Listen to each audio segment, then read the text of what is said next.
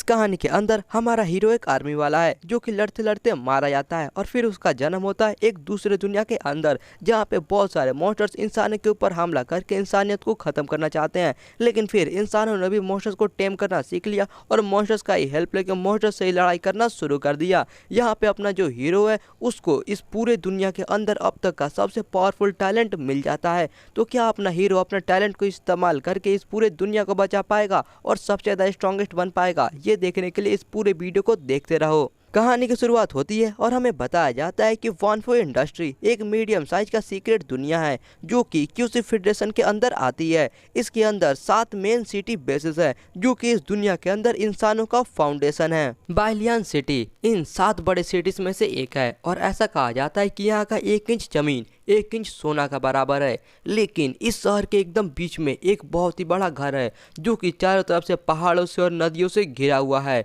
और हम इस घर को देखते हैं जो कि देखने में यार सच में काफ़ी शानदार दिख रहा है और इसका नाम होता है कैपिटल कीटाडेल। इसके बाद हम देखते हैं इस घर के बगल में एक तालाब टाइप का रहता है। इसके अंदर से एक बहुत ही शानदार दिखने वाला मछली बाहर निकलता है। भाई इस मछली को देखो यार, सच में काफ़ी ज़्यादा शानदार दिख रहा है। इसके बाद हम इस घर के अंदर का सीन देखते हैं। यहाँ पे एक लड़का ऐसा लग रहा है कि अभी सोकर उठा और अभी फ्रेश हो रहा है और वो कहता है कि भले ही मैं इसको 10 साल से ज़्यादा से देख रहा हूँ, लेकिन यार मुझे कहना ही होगा, मेरा इस जिंदगी के अंदर जो चेहरा है ये थोड़ा ज़्यादा ही हैंडसम है। इसका नाम होता है बाई स्याओ आन और ये बाइलियन सिटी का यंग लॉर्ड होता है, यानी जो सिटी लॉर्ड है उसका बेटा है।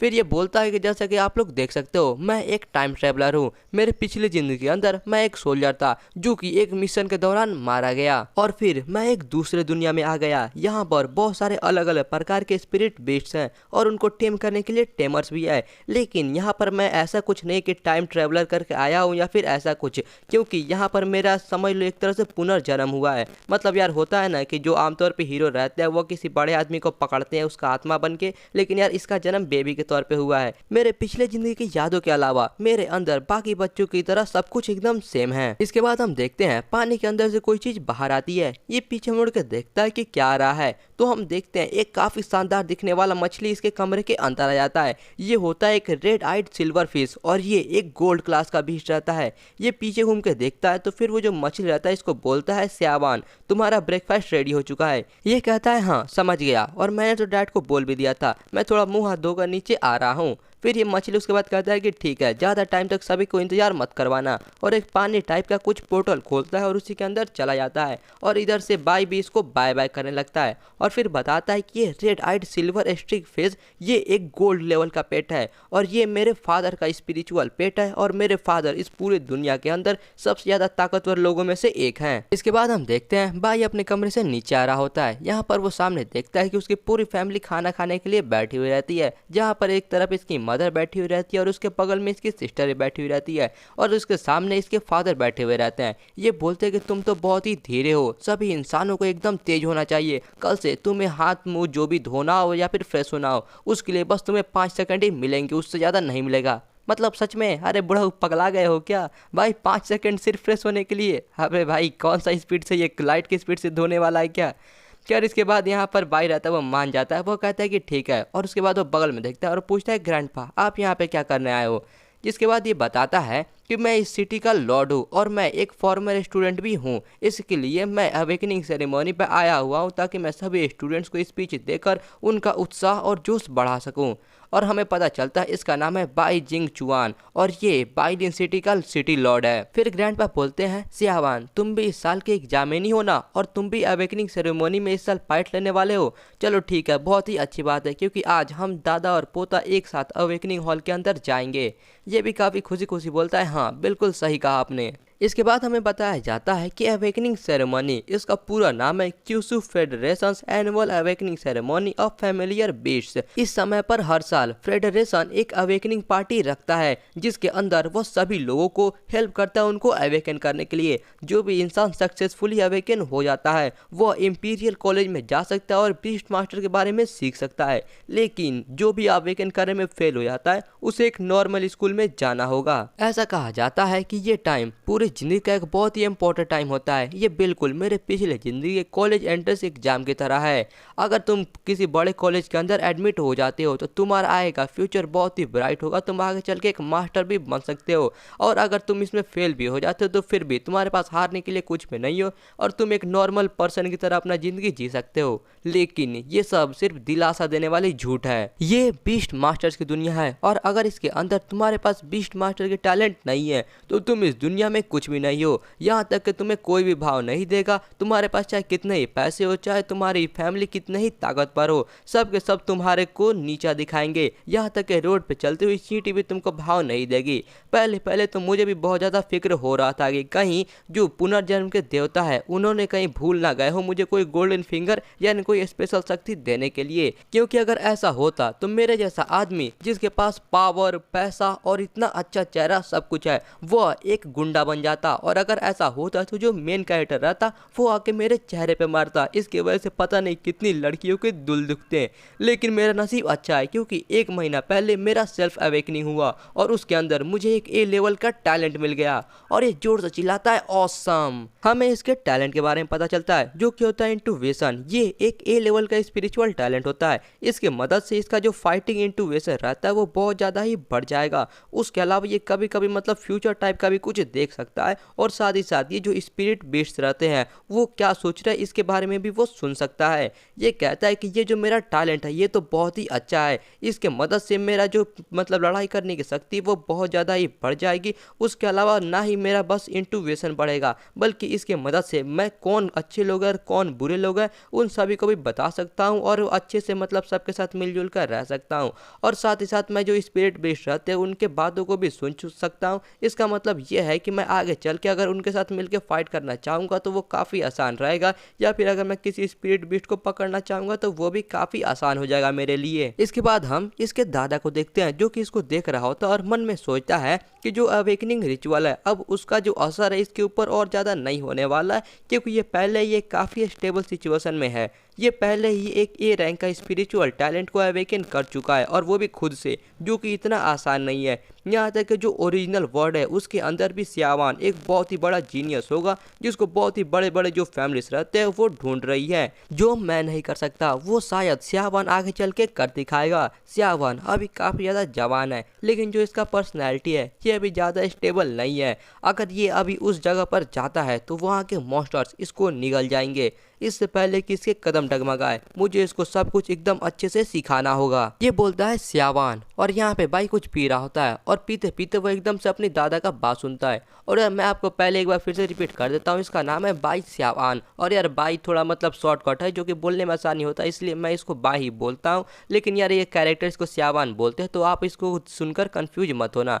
फिर इसका दादा बोलता है कि जो अवेकनिंग रिचुअल है उसको तुम हल्के में लेने की गलती बिल्कुल भी मत करना क्योंकि इसके अंदर जो अवेकनिंग गॉड स्टोन है वह पूरे क्यूसी फेडरेशन के अंदर सिर्फ इकलौता पीस है। ये एक बहुत ही स्पेशल एकदम टॉप लेवल का ट्रेजर है। इसके बाद हमें अवेकनिंग स्टोन के बारे में बताया जाता है कि इसका एक बहुत ही स्पेशल ओरिजिन है क्योंकि जब इस नए एरा का शुरुआत हुआ था जहाँ पे सभी मॉन्स्टर्स अचानक से आने लगे और इस पूरी दुनिया में तबाही मचाने लगे। लगभग इन्होंने इस पूरी दुनिया को तबाह कर दिया था।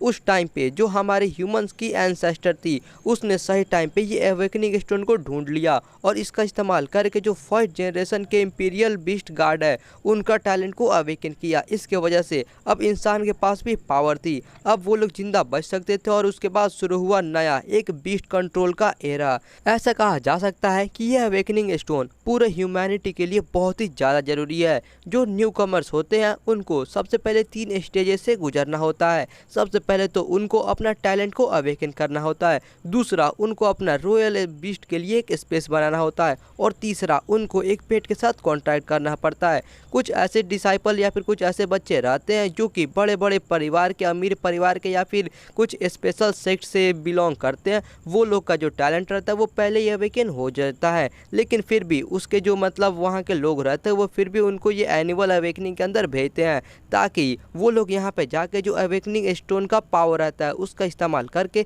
जो उनका रॉयल बीस्ट स्पेस रहता है वो उसको एडवांस में ही बना सके और उसके पावर से वो लोग एक बहुत ही बड़ा और बहुत ही अच्छा स्पेस भी बना सकते हैं। ये सुनकर बाई उनसे पूछता है कि अगर सब लोग ऐसा करते हैं तो क्या जो क्यूसी फेडरेशन है इसको कोई दिक्कत नहीं होती है। ये सुनकर इसके फादर और ग्रैंडफादर थोड़ी देर के लिए तो एकदम चुप हो जाता है और भाई लग रहा है काफी सीरियस है ये दोनों। इसके बाद हम देखते हैं जो इसका ग्रैंडपा रहता है ये अचानक से बहुत ही जोर जोर से हंसना शुरू कर देता है और कहता है कि ये तो जाहिर सी बात है कि जो क्यूसी फेडरेशन के लोग हैं वो इसके बारे में जानते हैं, लेकिन बस उनको फर्क नहीं पड़ता, क्योंकि अगर कोई भी इंसान आकर ये अवेकनिंग सेरेमनी के अंदर पार्टिसिपेट करता है और उसका अगर टैलेंट अवेकन होता है तो उनको वहाँ पे रजिस्टर भी करना होगा। इसके वजह से उनके लिए थोड़ा आसान हो जाता है इन सभी चीज़ों को मैनेज करना और वो सभी लोगों को एक साथ लेकर मतलब चल सकते हैं। फिर इसके बाद वो कहता है कि जो अवेकनिंग स्टोन है इसका जो अवेकनिंग पावर है ये एक बहुत ही अच्छा चीज़ है, ये तुम्हारी बहुत ही अच्छे से मदद कर सकता है।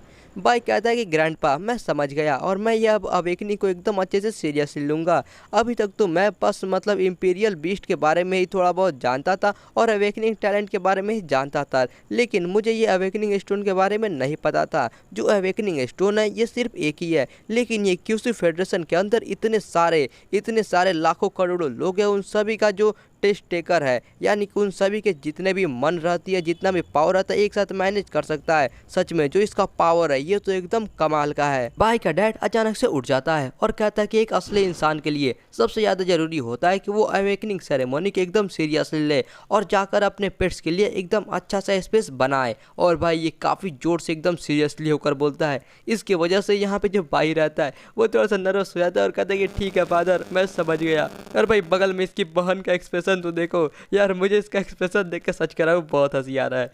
इसके बाद हम देखते हैं जो इसकी मॉम रहती है ये बहुत ज़्यादा गुस्सा हो जाती है और कहते हैं कि तुम इतना चिल्ला क्यों रहे हो।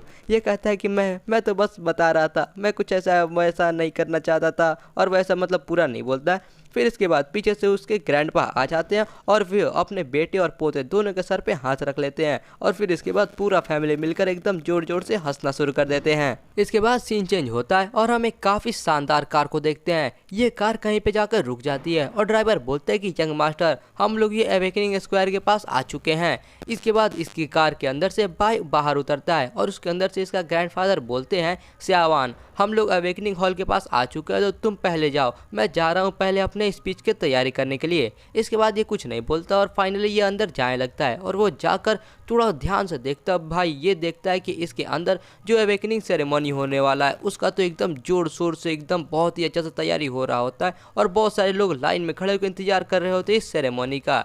इसके अंदर एक लड़की भी रहती है जो कि चिल्लाकर बोल रही होती है कि जो भी बाइलिन सिटी के कॉलेज से जुड़े हुए हैं वो लोग यहाँ पर इस लाइन में आओ, और ये चिल्लाए जा रहे होते हैं कि तभी ये किसी को देखती है और इसकी आंखें एकदम जोर जोर से चमकने लगते हैं। और बस यही नहीं बल्कि जितनी भी लड़कियां रहती है सबके आंखें चमकने लगते हैं और चिल्लाती हैं कि ये तो श्यावान है। और इसके बाद ये अपने भाई के पास जाकर उसको घेर लेती है और बहुत सारा उसकी तारीफ करने लगती है।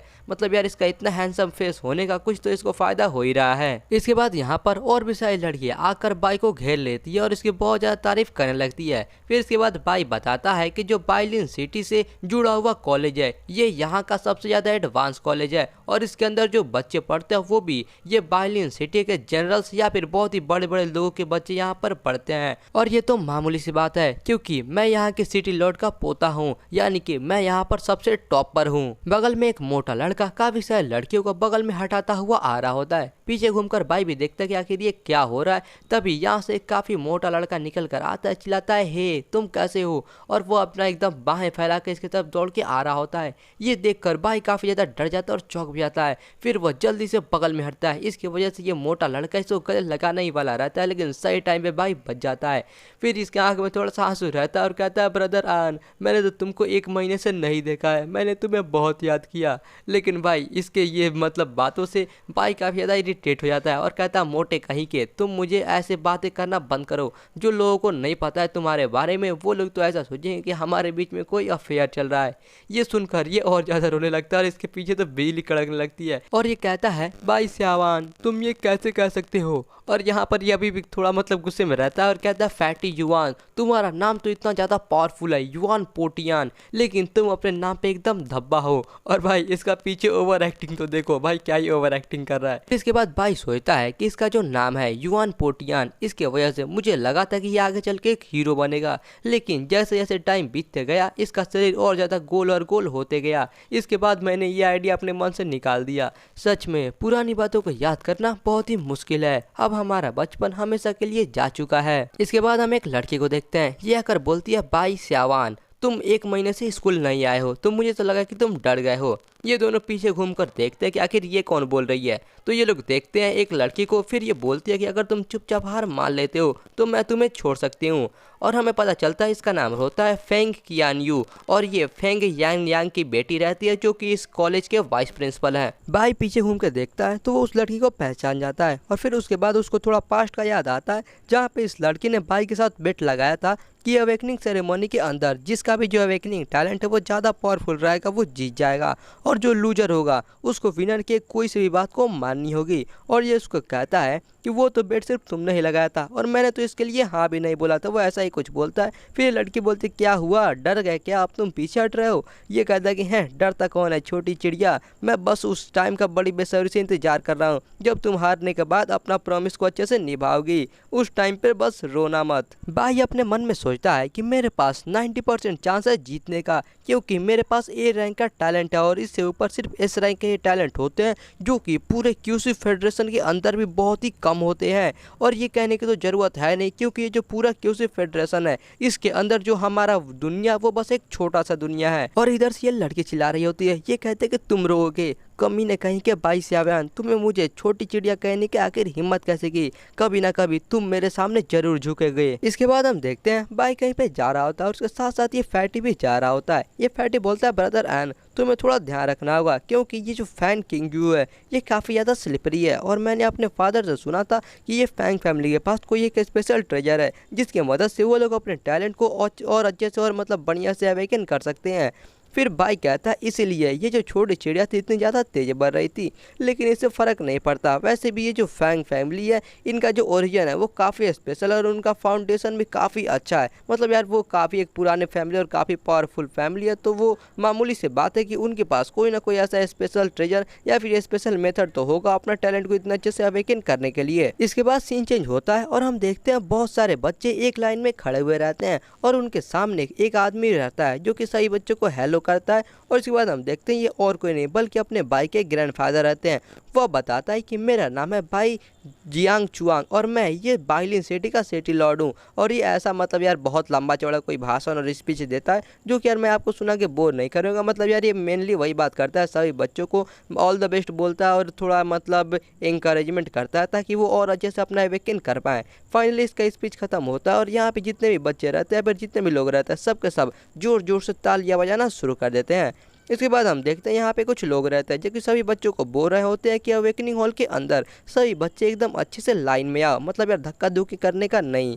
इसके बाद हम इस अवेकनिंग हॉल के अंदर का सीन देखते हैं जहाँ पे अपना भाई भी रहता है, उसके बगल में ये फैटी भी रहता है। यहाँ पर भी एक आदमी रहता है, ये बोलता है कि सभी बच्चे अपना अपना जगह ढूंढ लो और ढूंढ के वहाँ पर अपना पंथिल मार कर बैठ जाओ और अपना टैलेंट अवेकन करना शुरू करो। मतलब भाई ये सीट भी खुद ही ढूंढे, घुसे भी खुद। मतलब यार ये लोग आखिर यहाँ पे करने के लिए आए क्या हैं। भाई अपना जगह ढूंढकर वहाँ पे पंथिल मारकर बैठ जाता है और बोलता है कि ये क्यूसी फेडरेशन के अंदर ये जो अवेकनिंग गॉड स्टोन है ये सिर्फ एक ही है। तो वो लोग अपना स्पेस प्रोजेक्ट का मतलब कोई इस्तेमाल करते हैं और उसकी मदद से ये जो स्टोन है इसका प्रोजेक्शन हर जगह पर एक साथ वो लोग भेजते हैं। सच में कहना पड़ेगा ये तो एकदम कमाल का जादू है। और हम देखते हैं उसके सामने ये जो अवेकनिंग स्टोन रहती है, मतलब यार ये उसका प्रोजेक्शन रहता है, ये ओरिजिनल अवेकनिंग स्टोन नहीं है। खैर इसके बगल में अपना भाई बैठ के कल्टीवेट अपना कुछ भी कर रहा होता है और वो अपना टैलेंट को अवेकन करना शुरू कर देता है।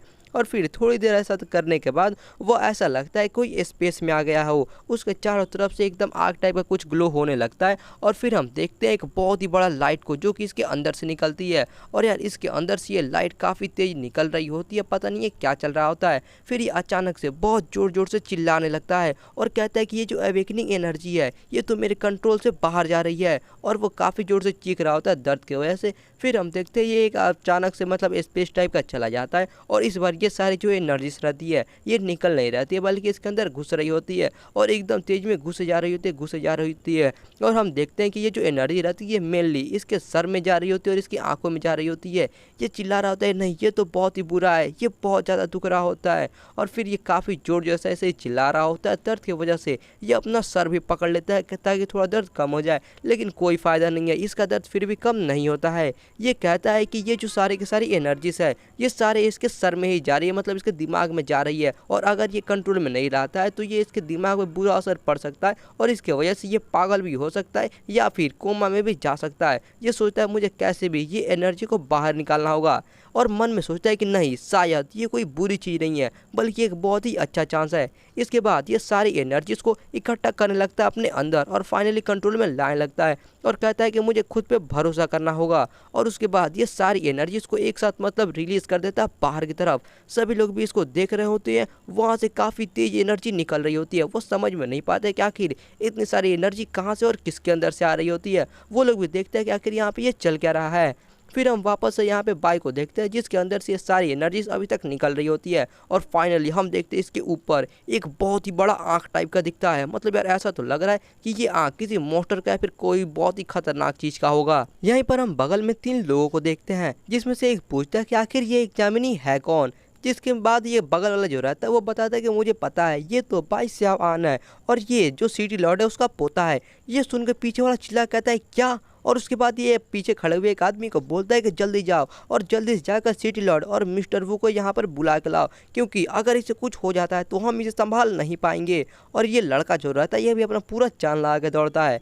इसके बाद हम देखते हैं यहाँ पे फाइनली जो मतलब सिटी लॉर्ड यानी रहते हैं ये यहाँ पर आ चुके रहते हैं। वह पूछते हैं कि आखिर यहाँ पे चल क्या रहा है, और तुमने कहा कि जो सियावान है उसके अवेकनिंग के साथ कोई दिक्कत हो रही है। ये बताता है कि लॉर्ड आप ये थोड़ा ध्यान से देखिए, यहाँ पर ये जो मतलब बाई है इसके सर के ऊपर कोई एक विजन टाइप का आ गया है, मतलब कोई एक अद्भुत दृश्य हो रहा है। और वो कहता है कि कोई भी नहीं जानता है कि आखिर ये क्या चल रहा है। इधर ग्रैंडपा भी उसको ध्यान से देखता है, वो भी समझ में नहीं पाता है कि मतलब क्या है। वो भी देखता है कि सच में एक बहुत ही बड़ा आंख है, और तभी वो थोड़ा सा ध्यान से देखता है और काफ़ी ज़्यादा चौंक जाता है। वो कहता है कि ये एक टैलेंट विजन है। वह सोचता है अगर किसी आदमी का जो टैलेंट है वह इस रैंक या फिर अगर उससे ज़्यादा लेवल का होता है तभी कोई ये स्पेशल फेनोमेनन होता है, लेकिन ये कैसे हो सकता है, क्योंकि जो सियावान है उसका जो टैलेंट पहले ही अवेकन हो चुका है। लेकिन तभी उसे कुछ याद आता है और कहता है कहीं ऐसा तो नहीं कि जो सियावान का इंटूवेशन वाला टैलेंट है वो म्यूटेट हो गया हो, और म्यूटेट होकर वो एक एस रैंक का बन गया हो। और फिर उसके बाद ये म्यूटेशन के ऊपर एक लंबा चौड़ा भाषण देता है, जो कि मैं आपको शॉर्टकट में बताता हूँ कि इनकी दुनिया के अंदर कुछ लोग ऐसे होते हैं जिनका जो टैलेंट होता है वो म्यूटेट हो जाता है, और इसकी वजह से उनका टैलेंट बहुत ही ज़्यादा पावरफुल हो जाता है। और पूरे दुनिया के हिस्ट्री के अंदर ऐसे लोगों को सिर्फ 2 हाथों पर ही गिना जा सकता है। मतलब यार वो इतने ज़्यादा रेयर होते हैं, और जिन लोगों का भी टैलेंट म्यूटेट होता है वो लोग बहुत ज़्यादा पावरफुल बन जाते हैं। वो लोग अपने टाइम के एक बहुत ही बड़े बड़े सेलिब्रिटीज या फिर लेजेंडरी फिगर्स बन जाते हैं, और वो लोग इतना ज़्यादा पावरफुल होते हैं कि वो लोग पूरी दुनिया को खुद के पावर से ही बदल सकते हैं। अगर सियावान का टैलेंट सच में म्यूटेट हो रहा है तो वो काफ़ी बड़े खतरे में हो सकता है। और फिर ये बोलता है मिस्टर वू मुझे अवेकनिंग हॉल के अंदर जाने दीजिए, लेकिन ये मिस्टर वू कहता है कि लॉर्ड भाई आप हमें शर्मिंदा मत करिए, ये जो अवेकनिंग हॉल है ये डायरेक्ट क्यूस फेडरेशन के अंडर आती है,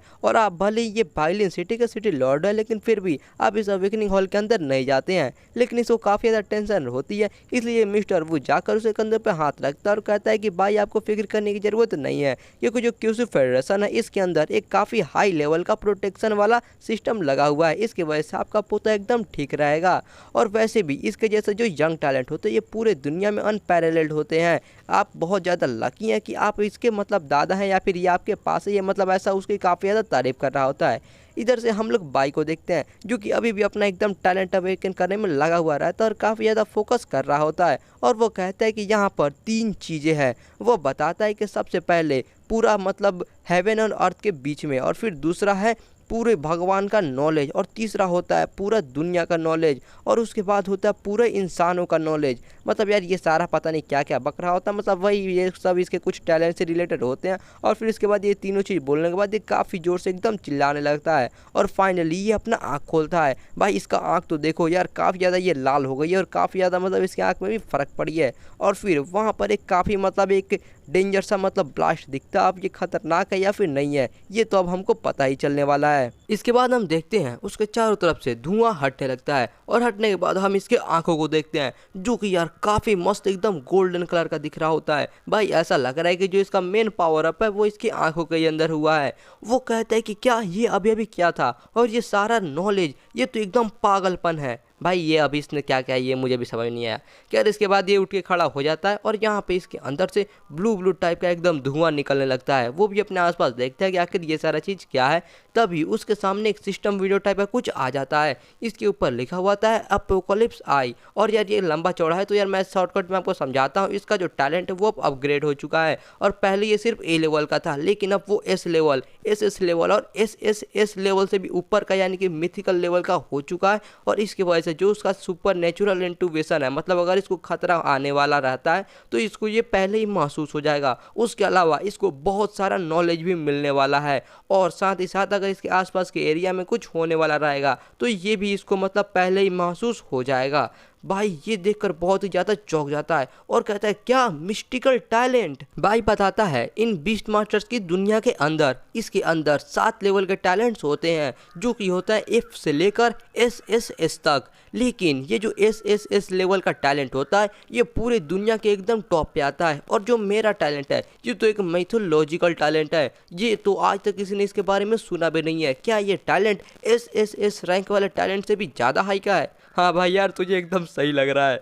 फिर इसके बाद यहाँ पर ये कुछ सामने देखता है और कहता है कि आखिर पता नहीं ये कौन से प्रकार की मिस्ट्री है। और इसके सामने एक सिस्टम विंडो आ जाता है जिसके ऊपर लिखा हुआ रहता है हेयरजिकियल मिस्ट्रिकल सिस्टम। भाई ये पता नहीं क्या लिखा है शुरुआत में, यार मुझे समझ नहीं आ रहा है। ऐसा लग रहा है कि जो मतलब राइटर है उसने कुछ गड़बड़ कर दी होगी यहाँ पे ट्रांसलेट करते वक्त, तो यार हम इसको डायरेक्ट मिस्टिकल सिस्टम बोलेंगे। इसके बाद भाई अपने सामने देखता है वहाँ पर इसको बहुत सारे बच्चे के सर के ऊपर कुछ इन्फॉर्मेशन दिखने लगते हैं। किसी के सर के ऊपर लिखा हुआ रहता है कि उसके पास डी रैंक का टैलेंट है, किसी के पास लिखा हुआ रहता है कि उसके पास ए रैंक का टैलेंट है, और एक लड़के के पास टैलेंट नहीं रहता है तो उसके ऊपर नो सिग्नल लिखा हुआ रहता है। वो इन सभी चीज़ों को बड़े ही मतलब यार चौंक कर एकदम देखे जा रहा होता है कि आखिर ये क्या दिख रहा है। और फिर वो उसको देखकर एकदम बोलता है कि ये तो कुछ ज़्यादा ही हो रहा है। मेरा जो एपोकलिप्स आई है वो इन सभी का जो भी पावर है, जो भी इफेक्ट है, वो उन सबको देख सकता है।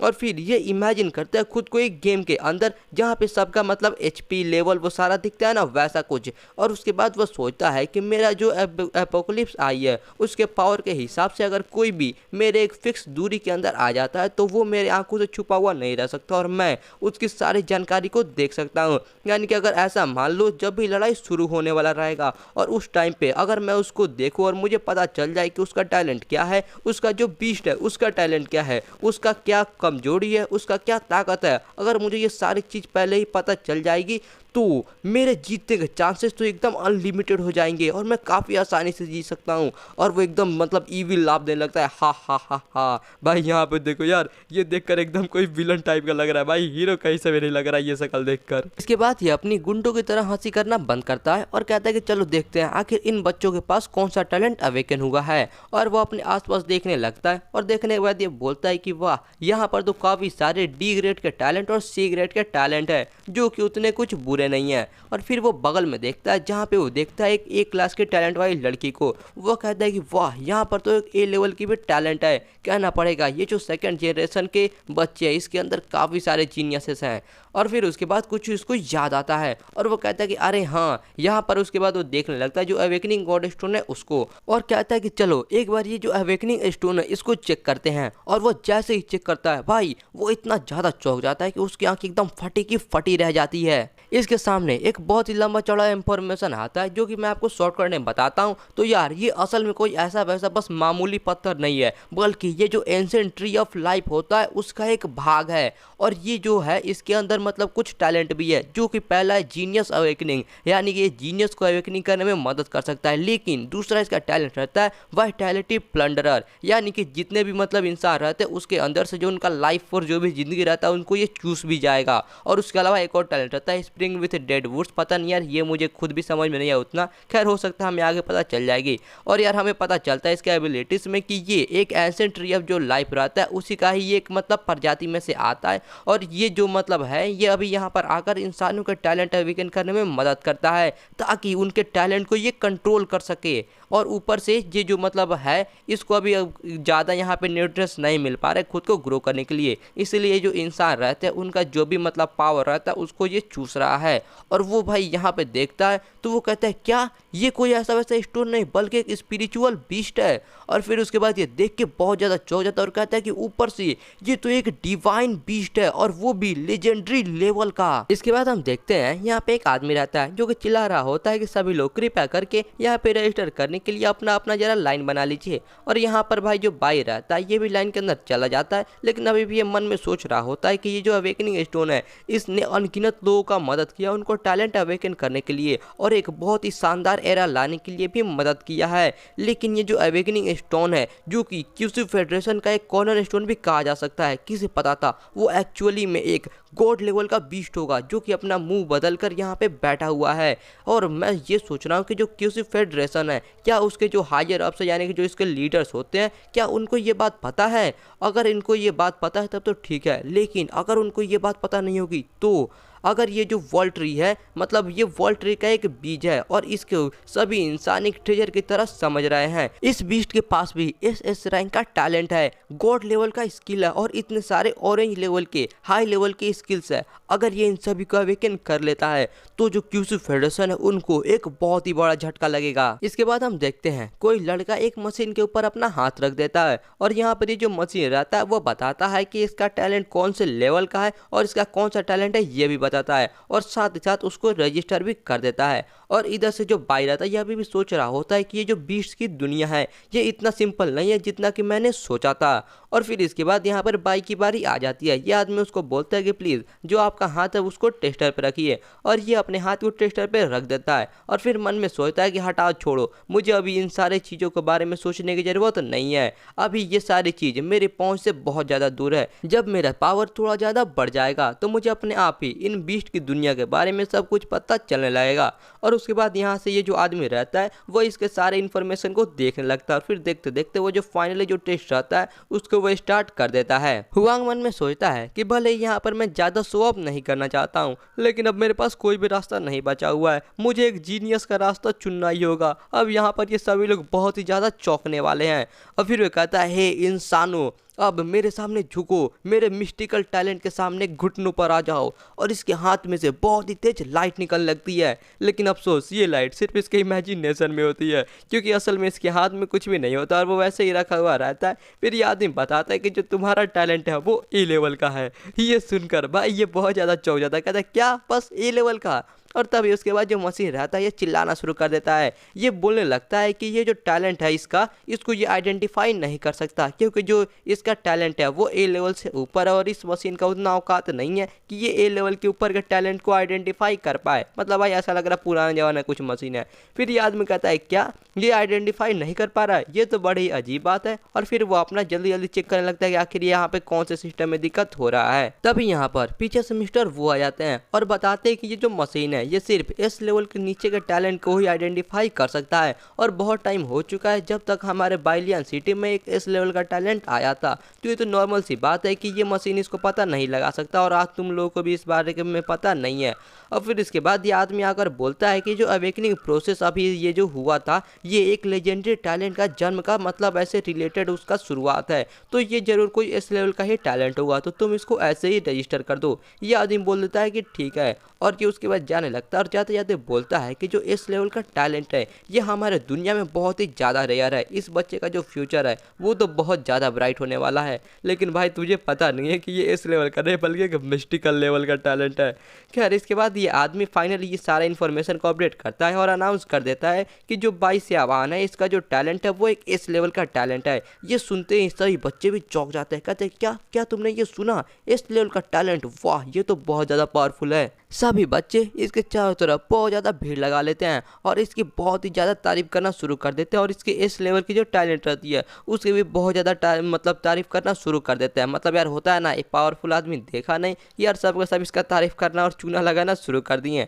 ये मन में सोचता है कि जो मेरा टैलेंट है वो तो एक मिस्टिकल लेवल का टैलेंट है, भाई इनको क्या ही तो बड़ा वाला गलत फहमी होता है। लेकिन खैर ये उनको सही नहीं करता है और बताता नहीं है और वो कहता है कि हाँ हाँ बस मेरा नसीब अच्छा था। लेकिन ये बच्चे अभी भी इसका तारीफ किए जा रहे होते किए जा रहे होते हैं। मतलब भाई हो गया यार, कितना मक्खन लगाओगे। फिर इसके बाद ये जो मतलब एग्जामिनर रहता है ये सभी को कहता है कि चलो अब तुम्हारा टेस्ट हो चुका है, या फिर जिनका भी टेस्ट नहीं हुआ है वो सब जल्दी से यहाँ पे लाइन पर आ और जल्दी यहाँ पर आकर अपना रजिस्ट्रेशन पूरा करो, क्योंकि जो बच्चों का नेक्स्ट वाला बैच है वो भी बहुत जल्दी यहाँ पे आने वाला है।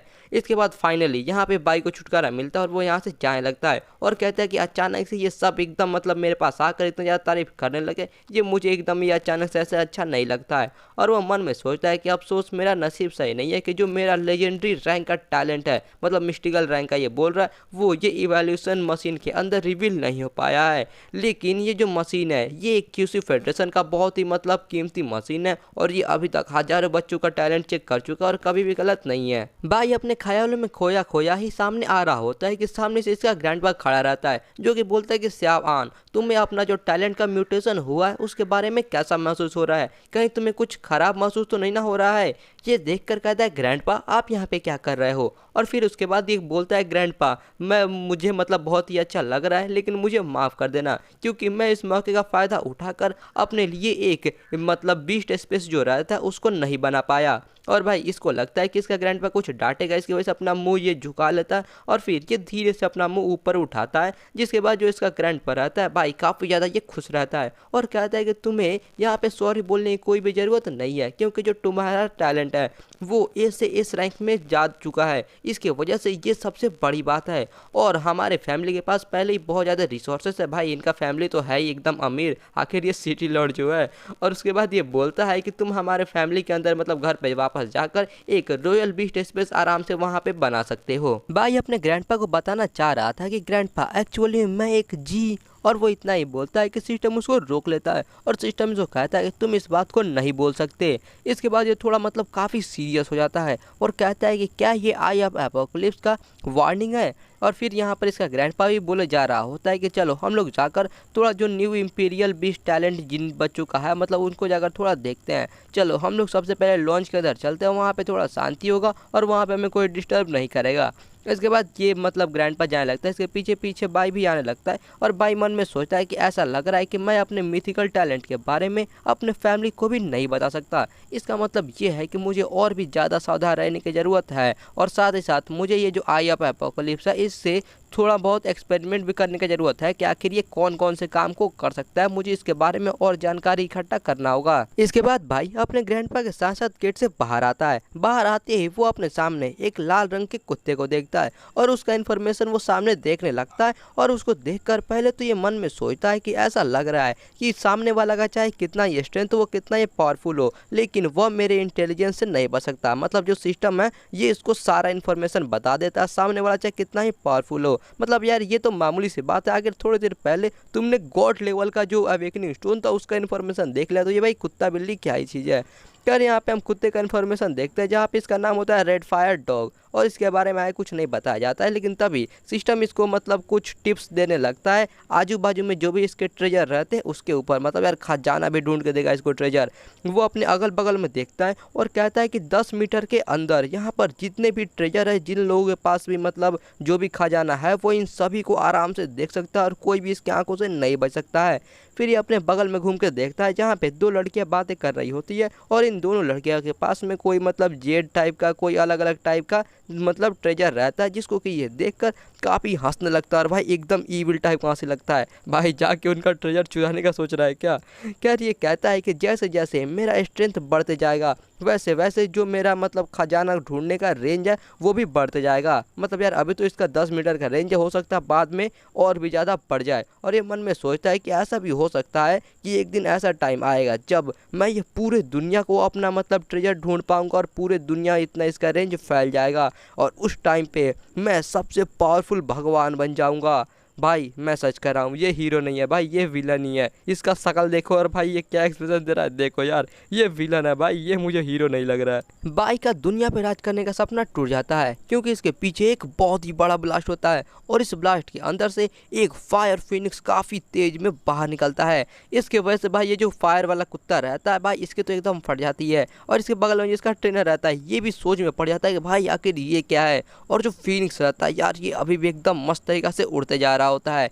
इधर से बाई उसको देखकर कहता है कि फीनिक्स, क्या ये फीनिक्स है? इसके बगल में जो ग्रैंडपा रहता है वह कहता है कि ये जो ऐसा लग रहा है कि मतलब ये फीनिक्स के शेप का एक फायर है, ऐसा लग रहा है कि ये भी एक इस लेवल का टैलेंट है जो किसी ने अवेकन किया होगा। शायद से ये जो फैंग फैमिली के लोग हैं ये उनका ये टैलेंट है, जरूर उनका किस्मत इस बार तो बहुत ही अच्छा होगा। बाई भी समझ जाता है कि ये उसी लड़की ने लग रहा है कि टैलेंट अवेकन किया है जिसने इसके साथ बेट लगाया था। वो कहता है कि एक्चुअली मैंने तो थोड़ा प्लान किया था कि मैं उसके सामने जाकर थोड़ा शो ऑफ करूंगा और उसका बना हुआ चेहरा देखूंगा और बहुत ही मजे करूंगा, लेकिन मेरा नसीब खराब है क्योंकि हम दोनों ने इस रैंक का ये टैलेंट अवेकन किया है।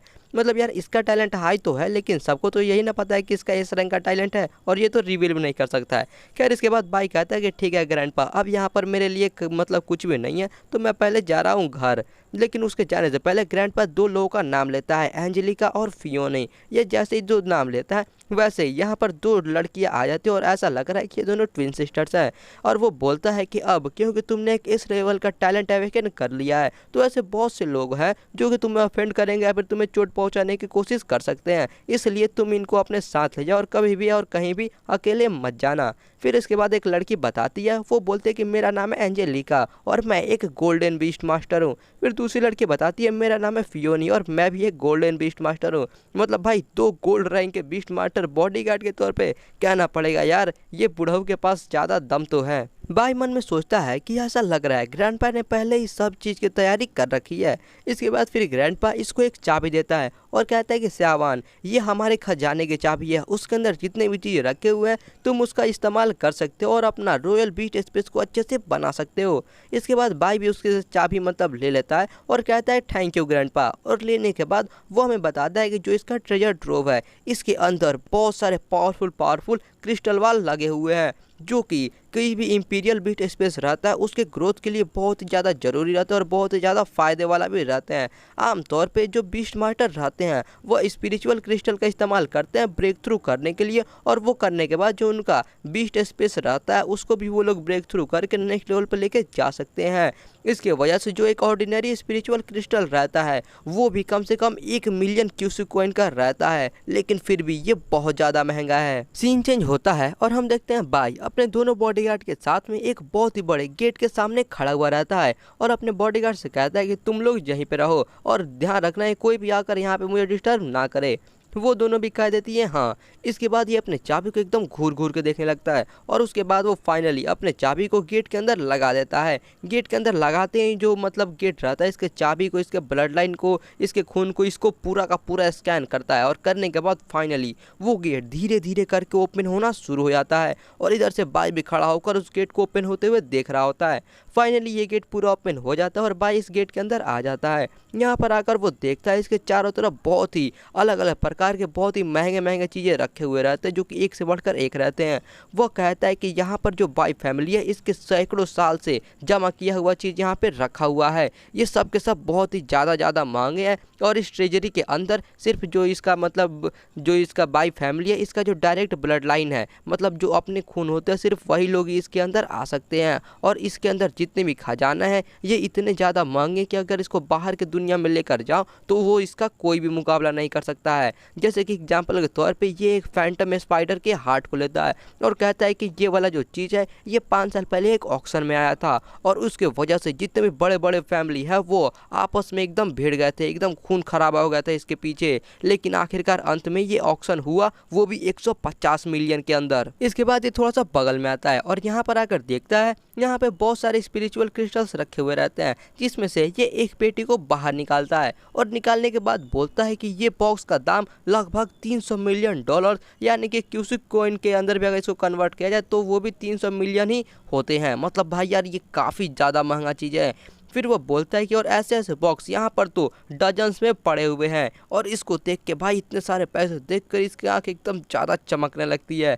भाई मुझे तो डर लग रहा है ये कहीं खुद के घर से ही चोरी ना कर ले। खैर इसके बाद ये बताता है कि जो इंपीरियल स्पेस रहता है उसका जो पावर रहता है वो ऑनर का जो इंपीरियल टैलेंट रहता है उससे ही रिलेटेड रहता है। जैसे एग्जाम्पल के तौर पर जो F लेवल का टैलेंट रहता है उसके लिए बस एक स्पिरिचुअल क्रिस्टल का जरूरत पड़ता है, लेकिन अगर किसी का टैलेंट S लेवल का रहता है तो उसके लिए उसे कम से कम 30 क्रिस्टल की ज़रूरत पड़ते हैं और मेरा जो टैलेंट है वो तो मिथिकल रैंक का है, तो मेरे ख्याल से मुझे 200 या फिर 300 के आसपास स्पिरिचुअल क्रिस्टल की ज़रूरत पड़ेगा और मेरे ख्याल से इतना काफ़ी होगा।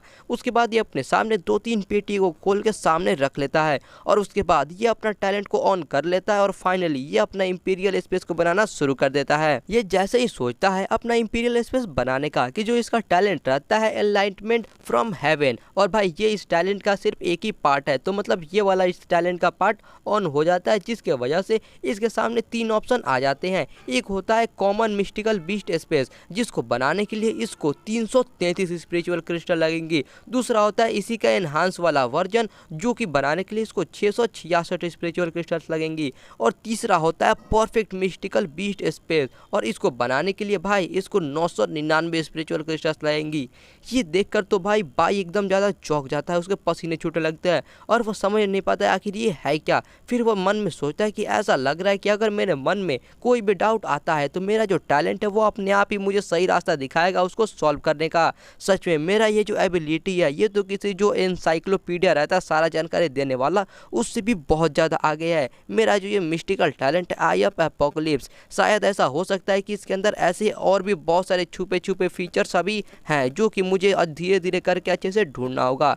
खैर अभी के लिए चलो अपना जो इंपीरियल स्पेस है उसको पहले हम बना लेते हैं, जिसके बाद जो सबसे महंगा वाला ऑप्शन रहता है 999 वाला जो परफेक्ट वाला बीस्ट स्पेस रहता है उसको ये चूज कर लेता है। हाँ भाई चूज करो, आखिर कौन सा तुम्हारा पैसा जा रहा है, बाप दादा कहीं तो पैसा उड़ाना है। खैर इसके बाद ये जैसे ही चूज करता है वैसे ही जो इसका इंपीरियल स्पेस रहता है वह बनना शुरू हो जाता है। इसके बाद सीन चेंज होता है और हम देखते हैं कुछ कार्ड्स नीचे गिर रहे होते हैं और ये कार्ड को जो बाई का फादर रहता है वही पकड़ा हुआ रहता है और कहता है कि जब से बाई का जो इस रैंक का टैलेंट का बात अभी तक यहाँ पे फैला हुआ है सब के सब लोग उसी के बारे में बात कर रहे हैं। ये जितने भी डिग्नेटरीज या फिर जितने भी बड़े लोग हैं वो सब के सब जल्दी जल्दी स्यावान को ढूंढ रहे हैं ताकि वो उसके और ज़्यादा करीब जा सके और उससे कॉन्टैक्ट बना सकें। जो उसकी मदर रहती है ये भी बोलते हैं कि हाँ कल तो जो मिस्टर फैंग है वो भी पूछ रहे थे कि जो स्यावांग है उसका अभी तक कोई एंगेजमेंट हुआ या फिर नहीं हुआ है। हाँ आखिर मेरा जो स्यावान है वो इतना जल्दी एक बहुत ही बड़ा बच्चा बन गया है। फिर इसके बाद इसके फादर पूछते हैं अपने मतलब ग्रैंड फादर से, यानी कि ये अपने फादर से पूछता है कि फादर जो एन है वो तो एक सप्ताह से ट्रेजर ट्रोव के अंदर बैठा हुआ है, क्या वो ठीक होगा। और ये उसके बाद बताता है कि तुम्हें ज़्यादा फिक्र करने की ज़रूरत नहीं है क्योंकि जो स्यावान है उसके पास इस लेवल का टैलेंट है जो कि बहुत ही ज़्यादा रेयर होता है, तो ये तो नॉर्मल सी बात है कि उसको दूसरे के मुकाबले और भी ज़्यादा टाइम और भी ज़्यादा एनर्जी लगेगा। और वो इतना ही बोलता है कि वो उसको मतलब कुछ महसूस होता है और वो कहता है कि ये ब्रेथ, और वो बोलता है कि जो स्यावान है उसका जो स्पेस वो बना रहा था वो पूरा अच्छे से बना चुका है। और वो जैसे ये बात बोलता है कि इधर से हम स्यावान को देखते हैं, मतलब अपने भाई को देखते हैं जो कि अपना स्पेस बना लिया रहता है और इसके आजू बाजू में काफ़ी मस्त एक लाइट आ रही होती है। और भाई अगल बगल में देखो यार इसने पता नहीं कितने सारे स्पिरिचुअल जो क्रिस्टल रहते हैं इसको फूक डाले, भाई क्या ही तो ज़्यादा पैसे उड़ाए इसने बनाने में। फिर यहाँ पे बहुत ही ज़्यादा मतलब इसका स्पेस बनना शुरू हो जाता है, इधर उधर धुआं आता है, फिर यहाँ पे घास पत्ते पत्थर नदियाँ सब चीज़ बारी बारी करके बनना शुरू हो जाती है। और फाइनली हम यहाँ पे इसका पूरा बीस्ट स्पेस देखते हैं जहाँ पे बीच में तालाब रहता है, घास रहते हैं, पेड़ पौधे पत्थर, मतलब यार सब कुछ रहता है। यार ये एक मिनी गार्डन टाइप का लग रहा है। फिर ये धीरे से अपना आँख खोलता है और कहता है कि ये मेरा रॉयल स्पेस है। और वो अगल बगल में अपने देखता है और कहता है कि ये तो एकदम अमेजिंग है। और यार अब हम यहाँ पे इसका पूरा स्पेस देखते हैं, यहाँ पर भाई बस नदियाँ और ये छोटे मोटे पेड़ पौधे नहीं बल्कि यार पूरा का पूरा पहाड़ है। भाई ये बीस्ट स्पेस, भाई ये गार्डन कम लग रहा है, ये अपना पूरा एक प्रॉपर्टी लेकर घूम रहा है। फिर इसके बाद भाई बताता है किताबों में लिखा हुआ है कि जो नॉर्मल बीस्ट स्पेस रहते हैं वो लगभग 100 फीट के रहता है और वो पूरा का पूरा एक वाइट स्पेस ही रहता है, लेकिन जो मेरा बीस्ट स्पेस है ये तो 10,000 फीट का है और ऊपर से इसके अंदर तो नदी और पहाड़ भी है। फिर वह सामने की तरफ कुछ देखता है और चौंक जाता है क्योंकि उसके सामने एक मतलब सिस्टम का विंडो आ जाता है, मतलब इसका टैलेंट का विंडो आता है। खैर ये सिस्टम नहीं गाइस टैलेंट है, तो आप लोग कंफ्यूज मत होना। तो यहाँ पे ये टैलेंट इसका बोलता है कि जो इसका बीट स्पेस है इसके अंदर इसको 3 मतलब अलग अलग इफेक्ट मिलते हैं, जो कि एक रहता है कि इसका जो भी मतलब पेट रहेगा उसका ग्रोथ टाइम यानी कि जो उसका बढ़ने का टाइम है वो कम कर देगा, यानी कि इसका पेट तेज में बड़ा होगा। उसके अलावा अगर उसके ऊपर कोई भी अगर नेगेटिव या फिर बुरा इफेक्ट पड़ जाता है तो वो इसको रिमूव कर देगा। साथ ही साथ अगर इसके पेट के अंदर कोई हिडन टैलेंट रहता है तो ये बीट स्पेस उसका हिडन टैलेंट भी अनलॉक कर देगा। ये देखकर ये काफ़ी ज़्यादा चौंक जाता है और कहता है क्या साइड इफेक्ट। और बताता है कि आमतौर पे जो भी मतलब आदमी रहते हैं उनका जो बीस्ट स्पेस रहता है उसके अंदर कोई भी ऐसा साइड इफेक्ट नहीं रहता है। कुछ बहुत ही ज़्यादा स्पेशल केस रहते हैं जिसके अंदर शायद ही किसी को कोई स्पेशल इफेक्ट मिल जाता है।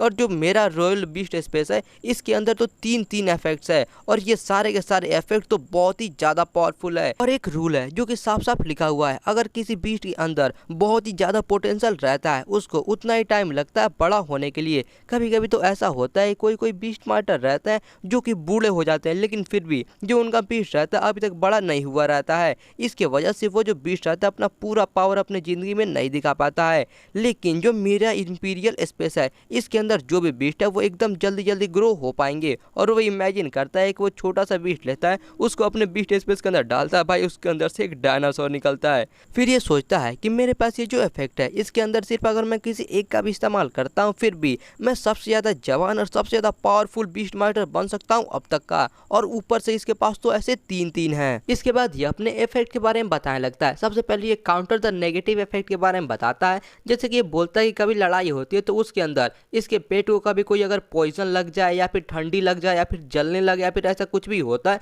तो ये सिंपली अपने पेट को अपने बीस्ट स्पेस के अंदर वापस बुलाएगा और फिर जब ये वापस इसको बाहर निकालेगा तो उसका एचपी और एकदम मतलब उसका पूरा पावर एकदम अचानक से फुल हो जाएगा। मतलब यार काफ़ी सही चीज़ है। उसके अलावा दूसरा बताता है इंस्पायर हिडन टैलेंट, यानी कि यार जितने भी बीस्ट रहते हैं उन सभी के अंदर जो टैलेंट उनका रहता है वो फिक्स रहता है और उनका अगर टैलेंट अपग्रेड करना हो या फिर चेंज करना हो तो उसके लिए बहुत ही ज़्यादा महंगा महंगा ट्रेजर का इस्तेमाल करना पड़ता है। लेकिन जो इसका बीस्ट स्पेस है वो अपने आप ही धीरे धीरे करके इनके सभी पेट का जो भी हिडन टैलेंट रहेगा वो बाहर निकाल देगा। और ये सोचता है कि इसने जो अपना 999 स्पिरिचुअल क्रिस्टल इसके ऊपर लगाए हैं वो बर्बाद नहीं गए। और फिर इसके बाद ये गेट से बाहर निकलने लगता है और फाइनली ये जब पूरा गेट खोल के बाहर निकलता है तो ये अपने सामने देखता है यहाँ पर इसका पूरा फैमिली खड़ी हुई रहती है और इसका इंतजार कर रही होती है बाहर आने का। इसकी सारी फैमिली बाहर यहाँ पे इसका इंतजार कर रही होती है। सभी को इसके बारे में बहुत ज़्यादा फिक्र हो रही होती है और साथ ही साथ इसकी माँ बोलती है कि जरा देखो तो मेरा आंट कितना ज़्यादा पतला हो गया है, इसने एक सप्ताह से ना कुछ खाया है ना कुछ पिया है। फिर इसके बाद सीन चेंज होता है और हम देखते हैं टेबल पे बहुत सारे एकदम टेस्टी टेस्टी खाना रखे हुए रहते हैं और गेस करो क्या हो रहा होगा इसके आगे। भाई यहाँ पर अपना भाई एकदम बैठ के पूरा चबा चबा के एकदम सारे खाना को ठूसा जा रहा होता है, ठूसा जा रहा होता है। इसके सामने जो इसके ग्रैंडपा रहता है वो तो चुपचाप इसको देख रहे होते हैं, लेकिन इसके मॉम डैड को तो देखो वो लोग भी सोच रहे होंगे कि भाई थोड़ा धीरे धीरे खा लो, इतना भी क्या जल्दी है।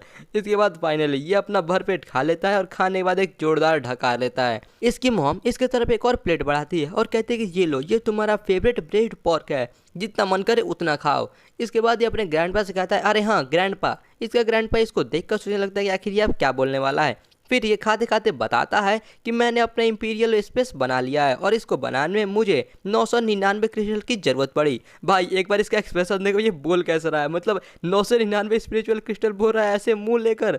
भाई ये तो ऐसा मुंह लेकर बोल रहा है, लेकिन यार इसके फैमिली वालों का मुंह देखो। भाई पीछे जो इसका ग्रैंडपा है वो तो एकदम चुप ही हो जाता है। इसकी जो माँ रहती है वो भी सुन के उसका भी थोड़ा पसीना छूटने लगता है। लेकिन सबसे मस्त फेस है इसके डैड का। भाई इसका एक बार फेस देखो, ये चिल्लाने लगता है 9999, मतलब भाई ये बस 99 ही करते रह जाता है, उससे ज़्यादा इसके मुंह से कुछ आवाज़ ही नहीं निकलता है। फिर ये बैठ के अपना दिल पकड़ लेता है, भाई कहीं ये हार्ट अटैक से ना मर जाए, और कहता है कि मेरे बेटे ने तो सब कुछ लुटा दिया। इतना महंगा अमाउंट सुनकर तो जो इसके ग्रैंड पर रहते हैं इसको भी पसीना छूटने लगता है। ये कहते हैं कि हमारा नसीब अच्छा है कि हमारा फैमिली अमीर है, अगर नहीं तो हम लोग इसको अफोर्ड नहीं कर पाते। मुझे ये नहीं पता था कि जो इस लेवल के टैलेंट होते हैं उनका जो इंपीरियल बीस्ट स्पेस अगर बनाना हो तो उसके लिए इतना ज़्यादा क्रिस्टल लगता है। लेकिन भाई एक बार इसको देखो, इसको कुछ फ़र्क नहीं पड़ता कितना महंगा, ये तो बस अपना खा के मस्त ढकार लेता है। फिर इसका ग्रैंडपा बोलता है कि जो रेड आइड गोल्डन फिश है उसने कुछ टाइम पहले ही अपना अंडा दिया है, तो तुम जाकर एक बार उसे देख लो, अगर तुम्हें पसंद आएगा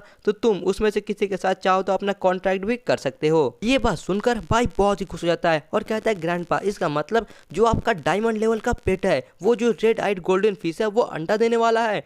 और ये बहुत ज़्यादा खुश हो ही रहा होता है कि तभी से कुछ महसूस होता है और कहता है कि ऐसा लग रहा है मैंने बहुत ज़्यादा खा लिया, अब मेरा उल्टी की तरह मन हो रहा है। मतलब यार इतने अच्छे मूड को इसने पूरा बर्बाद कर दिया।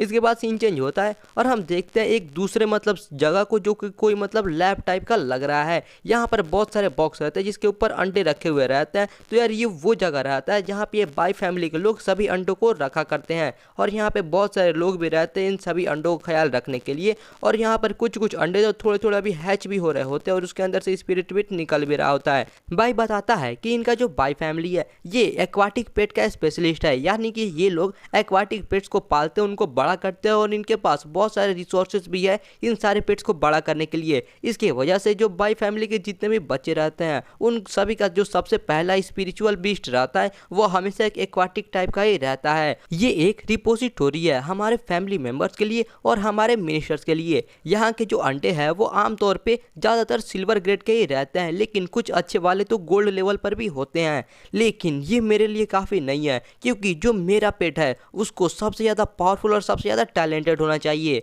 फिर इसके बाद जो इसका ग्रैंडपा रहता है वो एक ताली बजाता है और उसके ताली बजाते ही इसके सामने एक काफ़ी बड़ा खतरनाक दिखने वाला स्पिरिचुअल पेट आ जाता है और हम फाइनली इस स्पिरिचुअल बीस्ट को देखते हैं जो कि यार कुछ भी कहो भाई देखने में तो बहुत ही ज़्यादा शानदार दिख रहा है। इसका नाम होता है रेड आइड गोल्डन फिश और ये डायमंड क्लास का पेट होता है। इसे देखकर बाई का तो मुंह एकदम खुला का खुला ही रह जाता है, वो उसको बस देखते ही रह जाता है। और यहाँ पर ये गोल्डन फिश और इसका ग्रैंडपा दोनों इसको आराम से देख रहे होते हैं। ऐसा लग रहा है कि ग्रैंडपा बोल रहा होगा देखा पोते तुम्हारे ग्रैंडफादर का पावर। बाई इस गोल्ड फिश का इन्फॉर्मेशन देखता है तो उसे पता चलता है इसका नाम है रेड आइड गोल्ड फिश और ये एक वाटर सिस्टम का पेट है। इसका जो टैलेंट है वो भी एस रैंक का टैलेंट है जिसका नाम है वाटर ब्रेकर। जो इसके पास स्किल है वो भी काफी पावरफुल है और ये डायमंड रैंक में भी एकदम एक टॉप ग्रेड का बीस्ट है। लेकिन इसके इंट्रोडक्शन में पता चलता है कि इसका टैलेंट थोड़ा अनयूजुअल है। उसके अलावा इसके अंदर अगर ये नहीं होता तो फिर इसका चांस था और भी ज्यादा बढ़ने का, लेकिन यार यहाँ पे पूरा कंफर्म नहीं बताया जाता है। इसे देखकर बाई भी सोचता है कि आखिर यहाँ पर ये जो ग्रैंडपा का पेट है इसको लग रहा है कि कुछ हुआ है। इसके वजह से जो इसका ओरिजिन है ये थोड़ा सा ऐसा लग रहा है कि डैमेज हो गया है, पता नहीं कैसे। मतलब यार यहाँ पे इसके साथ कुछ तो ऐसा लग रहा है सीन हुआ है। ग्रैंडपा अपने पेट से बोलता है हे लाओ, जो स्यावान है इसने सक्सेसफुली अपना इस लेवल का जो टैलेंट है उसको अवेकन कर लिया है, तो मैं उम्मीद कर रहा था कि तुम अपने एक बच्चे को इसे दे देते। फिर यहाँ पर ये जो बीस्ट रहता है ये भी थोड़ा कुछ सोचता है और अपने पॉकेट में लग रहा है कुछ सोचने लगता है। और हाँ, इसका पॉकेट लग रहा है इसके पेट में ही है। लेकिन यहाँ पे बाई सोच रहा होता है कि मैं अपने अपोकलिप्स आई का इस्तेमाल करके कोशिश करूँगा ताकि मैं ढूंढ पाऊँ कोई ऐसा उपाय जिसके मदद से मैं अपने ग्रैंडपा का ये जो रेड आइड गोल्डन फिश है इसका जो ओरिजिन डैमेज हुआ है उसको मैं ठीक कर पाऊँगा। तो यार यहाँ पर इसके बाद ये जो गोल्डन फिश रहता है ये 2 अंडों को निकाल लेता है, जिसमें से एक अंडा तो यार देखकर काफ़ी सही लग रहा है और यार काफ़ी मस्त उसके अंदर से ग्लो भी आ रहा है, लेकिन दूसरा वाला अंडा थोड़ा पचका हुआ है। फिर हम देखते हैं इसके एक अंडे को, जहाँ पर ये उसका इन्फॉर्मेशन देखता है तो पता चलता है कि इसके पास एक ए लेवल का टैलेंट है जो कि है वाटर बर्स्ट का। उसके अलावा इसका क्वालिफिकेशन प्राइमरी डायमंड का है और उसके अलावा इसके पास 3 स्किल भी हैं जो कि यार मतलब ठीक ठाक है, बहुत ही ज़्यादा खास नहीं है। फिर इसके बाद ग्रैंडपा इसे बोलता है कि स्यावान देखो तुम्हें आखिर कौन अच्छा लग रहा है, तुम उसको चुन सकते हो। फिर इसके बाद ये दूसरे वाला अंडा का इन्फॉर्मेशन देखता है जहाँ पे इसे पता चलता है कि इस वाले बीस्ट के पास एक नहीं बल्कि 2 टैलेंट रहते हैं। एक तो वाटर ब्रेक का रहता है जो कि ए लेवल का होता है, लेकिन दूसरा रॉयल फ्लो सुपर फास्ट का रहता है जो कि एस लेवल का टैलेंट रहता है। और इसका क्वालिफिकेशन भाई डायमंड तो छोड़ो टॉप एमेथिस्ट का रहता है। और इसके पास 4 स्किल भी रहते हैं जिसमें से एक तो पर्पल रैंक का भी रहता है। मतलब यार ये बहुत ही सही है। लेकिन इसका इन्फॉर्मेशन में पता चलता है कि ये जो बीस्ट है इसका जो 2 टैलेंट है इसके वजह से इसको एनर्जी भी बहुत ज़्यादा लगती है और इसके वजह से इसका जो मतलब न्यूट्रिएंट्स है इसको कम मिल पा रहा है और इसके वजह से ये अब मतलब जान के खतरे में है। इसे देखकर भाई काफ़ी ज़्यादा चौंक जाता है और कहता है कि क्या ये तो टॉप एमेथिस्ट तक जा सकता है और इसका जन्म हुआ है डुअल टैलेंट्स के साथ। भाई कौन बिलीव करेगा, रेड आइड गोल्डन फिश के जितने भी मतलब बच्चे हैं उसके अंदर यहाँ पर ये एक ऐसा मतलब चीज़ निकल गया जो कि कोई भी सोच नहीं सकता। बाई बोलता है ग्रैंडपा मुझे ये वाला अंडा चाहिए। ये देखकर इसका ग्रैंडपा थोड़ा सा चौंक जाता है और कहता है कि क्या ये वाला जो अंडा है ये तो काफ़ी सूखा सूखा दिख रहा है, ऊपर से जो इसका लाइट है वो भी काफ़ी कम हो चुका है, इसका वाइटैलिटी भी काफ़ी कम जोड़ लग रहा है। इसको सीधा सीधा देखने पर भी लग रहा है कि ये थोड़ा सा डिफेक्टिव है, यानी कि इसके अंदर कुछ ना कुछ तो गड़बड़ है। अगर तुम ये वाले अंडे को लेते हो तो हो सकता है कि ये वाला अंडा तो हैच भी ना हो, इसके अंदर से कुछ निकले ही ना, तो क्या तुम पक्का हो? और फिर इसके बाद ये अपने पार्टनर से माफ़ी मांगता है, बोलता है मुझे माफ़ कर देना ओल्ड लाव, ये मेरे आखिर मतलब पोते की कि फ्यूचर के बारे में है, तो मतलब मैं ऐसे बोल रहा हूँ, तुम बुरा मत मानना। जिसके बाद यहाँ पे बाई कहता है, ग्रैंडपा मुझे ऐसा महसूस हो रहा है कि ये मेरे लिए एक परफेक्ट पार्टनर है, मुझे यही वाला चाहिए। और वो मन में सोचता है कि मुझे तो ऐसा लग रहा है कि ये पूरे दुनिया के अंदर अगर वाटर टाइप बीस्ट में देखा जाए तो इस वाले अंडे से ज़्यादा अच्छा कोई भी ऐसा दूसरा बीस्ट नहीं हो सकता है। और फिर इसका ग्रैंडपा कहता है कि ठीक है, अगर ऐसा बात है तो मैं तुम्हें नहीं रोकूंगा, लेकिन इसके लिए तुम्हें सबसे पहले जो रेड आइड गोल्डन फिश है इसका तुमको परमिशन लेना होगा। इधर हम देखते हैं ये जो गोल्डन फिश रहता है ये अपना एक स्केल को अपने बॉडी के अंदर से नोचता है, और फिर नोचने के बाद ये जो मतलब इसका पचका हुआ अंडा रहता है उसके ऊपर इस स्केल को रख देता है। जिसके बाद भाई उससे पूछता है कि क्या ये मेरे लिए है। इसका ग्रैंडपा कहता है कि तुम जानते हो जो रेड आइड गोल्डन फिश का मेन स्केल रहता है ये किसी भी वाटर टाइप का जो स्पिरिट बीस्ट रहता है उसका जो स्किल रहता है उसको 10% से ज़्यादा बढ़ा सकता है। मतलब इसका जो अंडा के अंदर से जो भी बच्चा निकलेगा उसका जो पावर रहेगा स्किल का वो 10% ज़्यादा बढ़ जाएगा। फिर इसके बाद ये अंडा स्केल के साथ बाहर निकल जाता है, और फिर ग्रैंडपा कहता है कि ये तुम्हारा शुक्रिया अदा ऐसे करके कर रही है क्योंकि तुमने इसके जो डिफेक्टिव अंडा है उसको चुना है, इसकी वजह से अब इसके अंडे के जिंदा रहने का चांस काफ़ी ज़्यादा बढ़ चुका है। फिर इसके बाद बाई उस अंडे को अपने हाथ में ले लेता है और कहता है कि मैं तुमको वादा करता हूँ कि ये जो मतलब स्पिरिट बीस्ट इसके अंदर से जो भी निकलेगा मैं उसको एकदम अच्छे से कल्टीवेट करूंगा और उसे बड़ा करूंगा।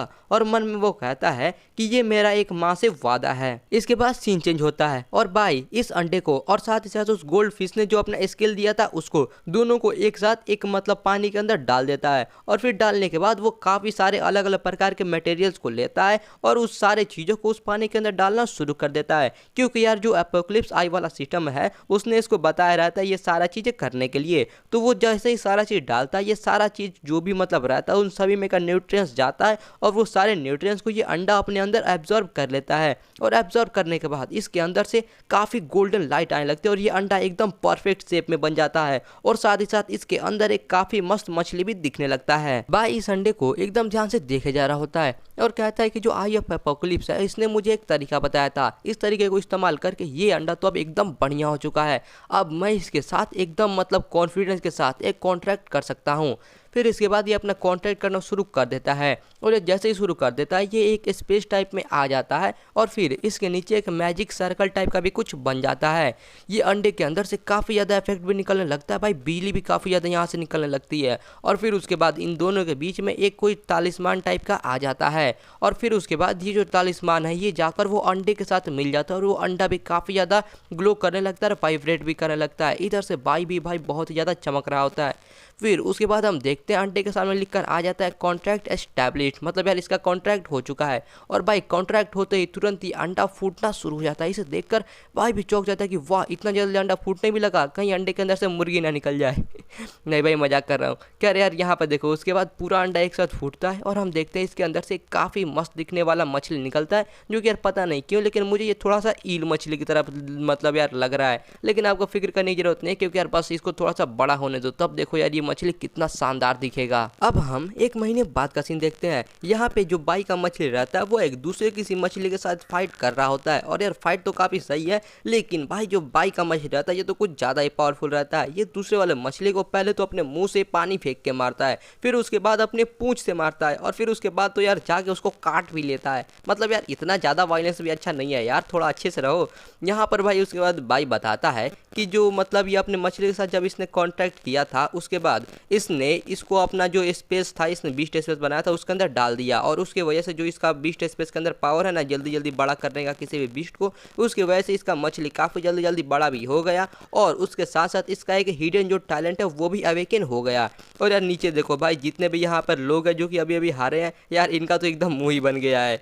फिर उसके बाद वो बताता है कि ये जो मतलब इसका मछली है उसके अंदर एक इस लेवल का हीन पावर कुछ एक्टिवेट हो गया, और साथ ही साथ जो उसका पर्पल रैंक का स्किल था वो डार्क कोरोजन वाटर वाला, वो दोनों मिलाकर ही इसका जो मछली है वो बहुत ही ज़्यादा पावरफुल हो चुका है। साथ ही साथ जो इसका क्वालिफिकेशन है वो पहले पर्पल लेवल पे था, लेकिन अब वो उससे अपग्रेड होकर मिड लेवल के किंग पर चला गया है। और यार यहाँ पे देखो भाई ये लोग तो अभी काफ़ी ज़्यादा डर रहे होते हैं इसके मछली को देखकर, और सब के सब बहुत ही ज़्यादा तारीफ कर रहे होते हैं। वो लोग तो बोलते हैं कि वाह यंग मास्टर का ये जो पेट है ये तो बहुत ही ज़्यादा अमेजिंग है, इसने बस अभी अभी मतलब कुछ टाइम पहले ही जन्म लिया और इतनी जल्दी इसने एक 5th ऑर्डर की स्पिरिट बीस्ट को इतनी आसानी से हरा दिया। इसका तो इसका जो कैपेबिलिटीज है वो तो बहुत ही ज़्यादा लिमिटलेस है, मतलब यार आगे चल के बहुत ज़्यादा ग्रो हो सकता है। फिर उसके बाद भाई बताता है कि जो इसका वाइट स्केल फिश है ये कुछ ज़्यादा ही स्पेशल है, लेकिन जो इसका ओपोनेंट है वो भी एक वाटर टाइप का स्पिरिट बीस्ट है। इसकी वजह से ये अभी ज़्यादा ग्रो नहीं कर पा रहा है। अगर मुझे इसको नेक्स्ट लेवल पे लेके जाना है तो मुझे कोई और दूसरे हाई लेवल के स्पिरिट बीस्ट के साथ फाइट करना होगा, तभी ये मतलब ग्रो करके और ब्लैक आइडर रेल्म के पास पहुंच पाएगा। इसके बाद ये बताता है कि जो स्पिरिट बीस्ट का दुनिया है इनको कुछ भागों में बांटा गया है, जैसे कि सबसे नीचे आता है न्यूट्रल रेल्म, उसके बाद आता है ब्लैक आयरन, फिर bronze, silver, gold, diamond, amethyst, king, epic poem, legend और गॉड्स। ये सब के सब अलग अलग रेल्म्स हैं और इसके अंदर जो न्यूट्रल रेल्म यानी जो सबसे नीचे वाला होता है उसको भी 9 भागों में बांटा गया है और वो 9 भागों में इवॉल्व होने के बाद वो फाइनली ब्लैक आइडर रेल्म के अंदर इवॉल्व कर सकता है। और तभी कहा जा सकता है कि जो स्पिरिट पेस्ट है वो फाइनली अपने इवोल्यूशन के रास्ते पे चल चुका है। इसके लिए मुझे बाहर जाना होगा थोड़ा और ट्रेनिंग करने के लिए, और वो अपने हाथ में कुछ करने लगता है जिसकी वजह से जो इसका मछली रहता है ये तुरंत वापस आ जाता है इसके पास। और फिर उसके बाद ये कहता है फियोनी, जिसके बाद ये भी सुनने के लिए रेडी हो जाती है और वो उनको बताता है कि चलो तैयार हो जाओ क्योंकि हम लोग अब कैंडल लाइट सिटी के पास जा रहे हैं। ये लोग भी बोलती हैं ठीक है। फिर ये एक बार फिर से बताता है कि इस दुनिया के अंदर 7 मेन सिटीज है और हर सिटी के अंदर उसके 7 सब सिटीज रहते हैं, यानी कि 7 और छोटे छोटे सिटीज रहते हैं जो कि इन मेन सिटी से जुड़े हुए रहते हैं। और ये जो कैंडल सिटी के अंदर जा रहा है वो इन 7 सिटी में से एक है जो कि इसका जो मेन बाइलिन सिटी है उससे जुड़ा हुआ है। वहाँ पर एक बहुत ही बड़ा वॉल्केनो है और वहाँ पर एक स्पिरिट मतलब स्पाइडर टाइप का कोई तो जानवर रहता है जिसका नाम है कैंडल स्पाइडर। और जो ऐसे मतलब स्पाइडर रहते हैं वो उनका जो रेल्म रहता है वो ज़्यादा हाई नहीं रहता है, लेकिन उनका जो एप्टीट्यूड रहता है वो काफ़ी अच्छा रहता है। इसलिए मेरा जो वाइट स्केल फिश है अगर मुझे उसको ब्लैक आइडर रेल्म के अंदर लेके जाना है तो वो मेरे काफ़ी अच्छे ट्रेनिंग पार्टनर बन सकते हैं। इसके बाद सीन चेंज होता है और हम देखते हैं बाई जा रहा होता है कैंडल सिटी के लिए, लेकिन तभी पीछे से वो जो फिनिक्स वाली लड़की रहती है वो आ जाती है और चिल्लाती है श्यामान। वो फिर कहती है कि तुम्हारा हिम्मत कैसे हुआ कि तुम मेरे पास नहीं आए और मुझे नहीं देखा। फिर वो कहता है कि लिटिल फिनिक्स, हम दोनों ने इस लेवल के टैलेंट को अवेकन किया है, इसलिए जो हमारा बेट है वो खत्म हो चुका है, तो हमारे बीच में बात करने के लिए कुछ भी नहीं है। ये कहती है हाँ भले ही जो हमारा बेट है वो टायर्ड हो चुका है, लेकिन तुम तो अवेकनिंग हॉल से मुझे बिना गुड बाय बोले ही चले गए, क्या मैं इतनी भी लायक नहीं हूँ कि तुम मुझे थोड़ा सीरियसली ले पाओ। ये सुन के भाई इसके थोड़ा सा पसीना छूटने लगता है और फिर वो कहती है कि तुम्हें पता है जब से अवेकनिंग सेरेमनी हुआ है तब से मैं तुमको ढूंढे जा रही हूँ, यहाँ तक कि मैं तो सिटी लॉर्ड के मेंशन में भी गई थी तुम्हें ढूंढने के लिए, लेकिन फिर भी तुम तो मुझे अवॉइड किए जा रहे हो। तुम एक लूजर हो, तुम मेरे दिल को तोड़ चुके हो, तुमने मुझे धोखा दिया।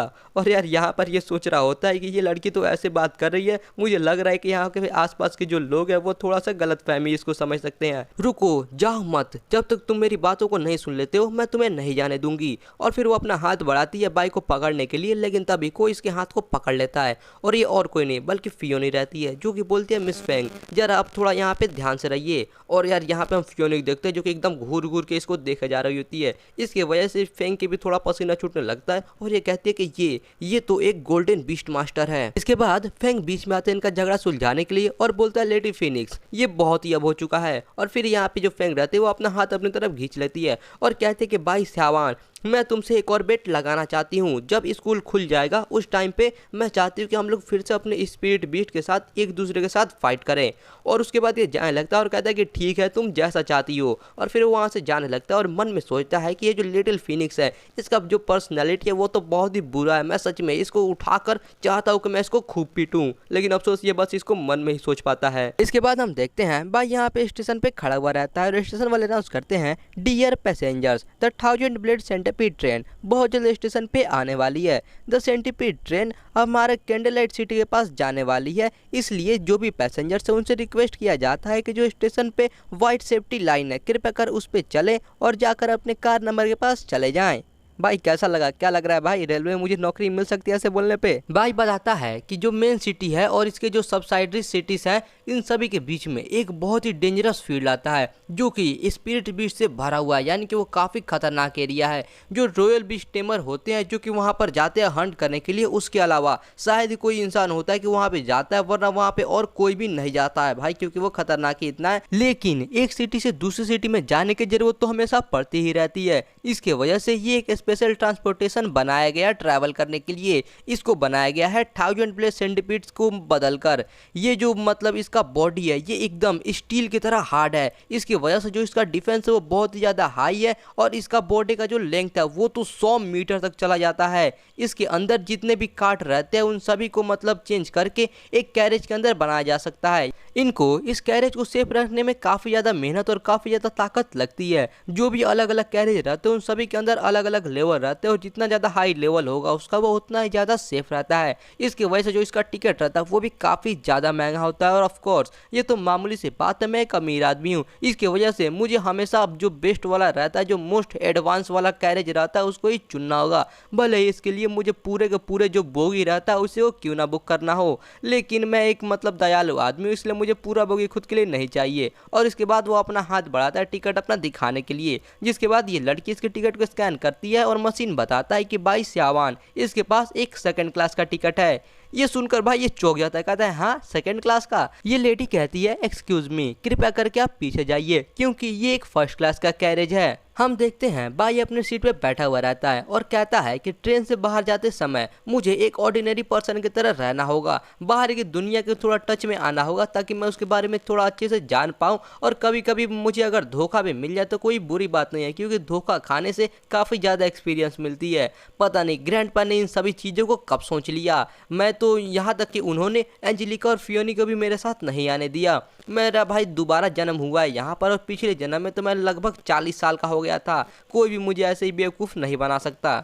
और फिर हम देखते हैं इसके बगल में एक और आदमी रहता है जो कहता है वाओ, ये जो मेन सिटी है ना पाइलियन की, ये तो कितना ज़्यादा गॉर्जियस, कितना ज़्यादा मैजेस्टिक, मतलब यार बहुत ज़्यादा तारीफ कर रहा होता है ये मेन सिटी का। और बस वही नहीं बल्कि आसपास में बहुत सारे लोग रहते हैं जो कि अपने ही साथ में यार आलतू फालतू कुछ भी बातें किए जा रहे होते हैं। यार मैं इतना सारा एक्सप्लेन फालतू का नहीं करने वाला हूँ। इसके बाद हम बाई को देखते हैं जो कि एक लड़के को देख रहा होता है। वो कहता है कि ये लड़का ऐसा लग रहा है कि जो माइनिंग रॉक बेस्ड एकेडमी है चिंगयुआन सिटी के अंदर, जो कि बाइलिन सिटी से एफिलिएटेड है, ये उसी के अंदर पड़ता है। और फिर उसके बाद ये इस लड़के का थोड़ा इन्फॉर्मेशन देखता है तो पता चलता है कि ये लड़के के पास एफ रैंक का टैलेंट होता है। मतलब यार एकदम मतलब समझ लो बेकार टैलेंट है। वो कहता है कि वाह क्या ही बात है, इसने 1 साल तक यहाँ पे पढ़ा है लेकिन उसके बावजूद भी ये अभी तक ब्लैक आइलैंड रेम तक नहीं पहुँचा।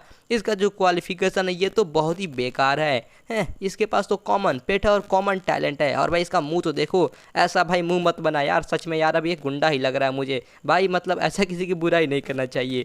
फिर ये कहता है कि ये मेरे जैसे आदमी जिसके पास गोल्डन फिंगर्स है, ये मेरे जैसे आदमी से तो अभी बहुत ही ज़्यादा दूर है, मुझे छू भी नहीं सकता। ये सब चीज़ सोचते सोचते अचानक से कुछ नोटिस करता है और वो अपने सामने की तरफ देखता है। यहाँ पर एक लड़की बैठी हुई रहती है और यहाँ पर ये जब लड़की का इन्फॉर्मेशन चेक करता है तो भाई पता चलता है इसके पास एक टैलेंट है, वो भी एस रैंक का मिस्टिकल टैलेंट जिसका नाम होता है एस्ट्रेंजिकल लक। और इस टैलेंट की वजह से ये दूसरों का लक इकट्ठा कर सकती है और उसको खुद के लिए एक बार में इस्तेमाल कर सकती है।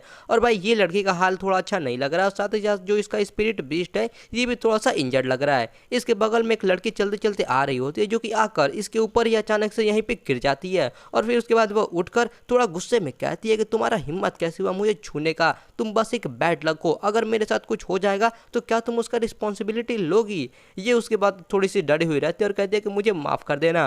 और फिर वो चिल्लाए कहती है कि मुझसे बात करना बंद करो। मतलब यार इसको लग रहा है कि इसके पास जाएगी फिर बात करेगी तो इसका लक मतलब बुरा हो जाएगा, जो कि यार इसे सही लग रहा है क्योंकि यार इसके टैलेंट की वजह से सच में इसका लक बुरा हो जाएगा। इस लड़की को देखकर भाई सोचता है इस लड़की के पास तो एस क्लास का टैलेंट है और इसके पास मिस्टिकल लीनियज है एकदम मेरे जैसा, इसके पास तो इतना ज़्यादा पावरफुल इतना अच्छा क्वालिफिकेशन है, लेकिन फिर भी जो हॉल ऑफ अवेकनिंग है इसने हमको इसके बारे में बताया क्यों नहीं। जो कुआनयांग सिटी है उसको तो हमारे मेन बाइलियन सिटी के अंदर इसके बारे में रिपोर्ट कर देना चाहिए था, लेकिन इसकी जगह पर इसको एक छोटे से शहर के बीस्ट वाले एकेडमी के अंदर छोड़ दिया गया बड़ा होने के लिए। ये तो इसके टैलेंट का एकदम बर्बादी है, मुझे इसके बारे में और ज़्यादा इन्वेस्टिगेशन करने की ज़रूरत है।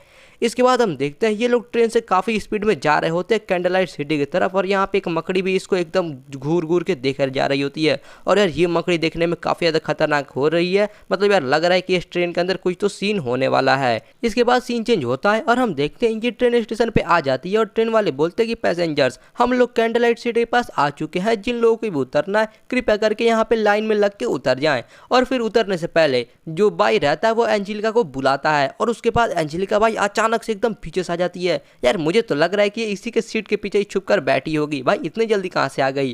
खैर ये कहते हैं यंग मास्टर मैं आपकी कैसी मदद कर सकती हूँ। और इधर हम देखते हैं ये जो लड़की रहती है अब यहाँ पे गेट से बाहर जा रही होती है और पीछे से बाई इसको ही देख रहा होता है। वह कहता है कि इस लड़की के बारे में थोड़ा इन्वेस्टिगेट करो और मुझे इसका सारा इन्फॉर्मेशन ला कर दो।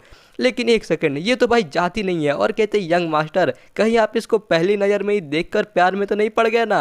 ये कहता है नहीं नहीं, ये तुम कैसी बात कर रही हो, मेरा उससे कुछ भी लेना देना नहीं है, बस तो ये थोड़ी सी ऐसी लग रही कि यूनिक है। अगर हम लोग बाई फैमिली के अंदर इसको अगर रिक्रूट कर लेते हैं, मतलब इसको अपने बाई फैमिली के लिए अंदर लेकर आ जाते हैं, तो इसकी मदद से हमारा जो बाई फैमिली है इसका ताकत काफ़ी ज़्यादा बढ़ सकता है।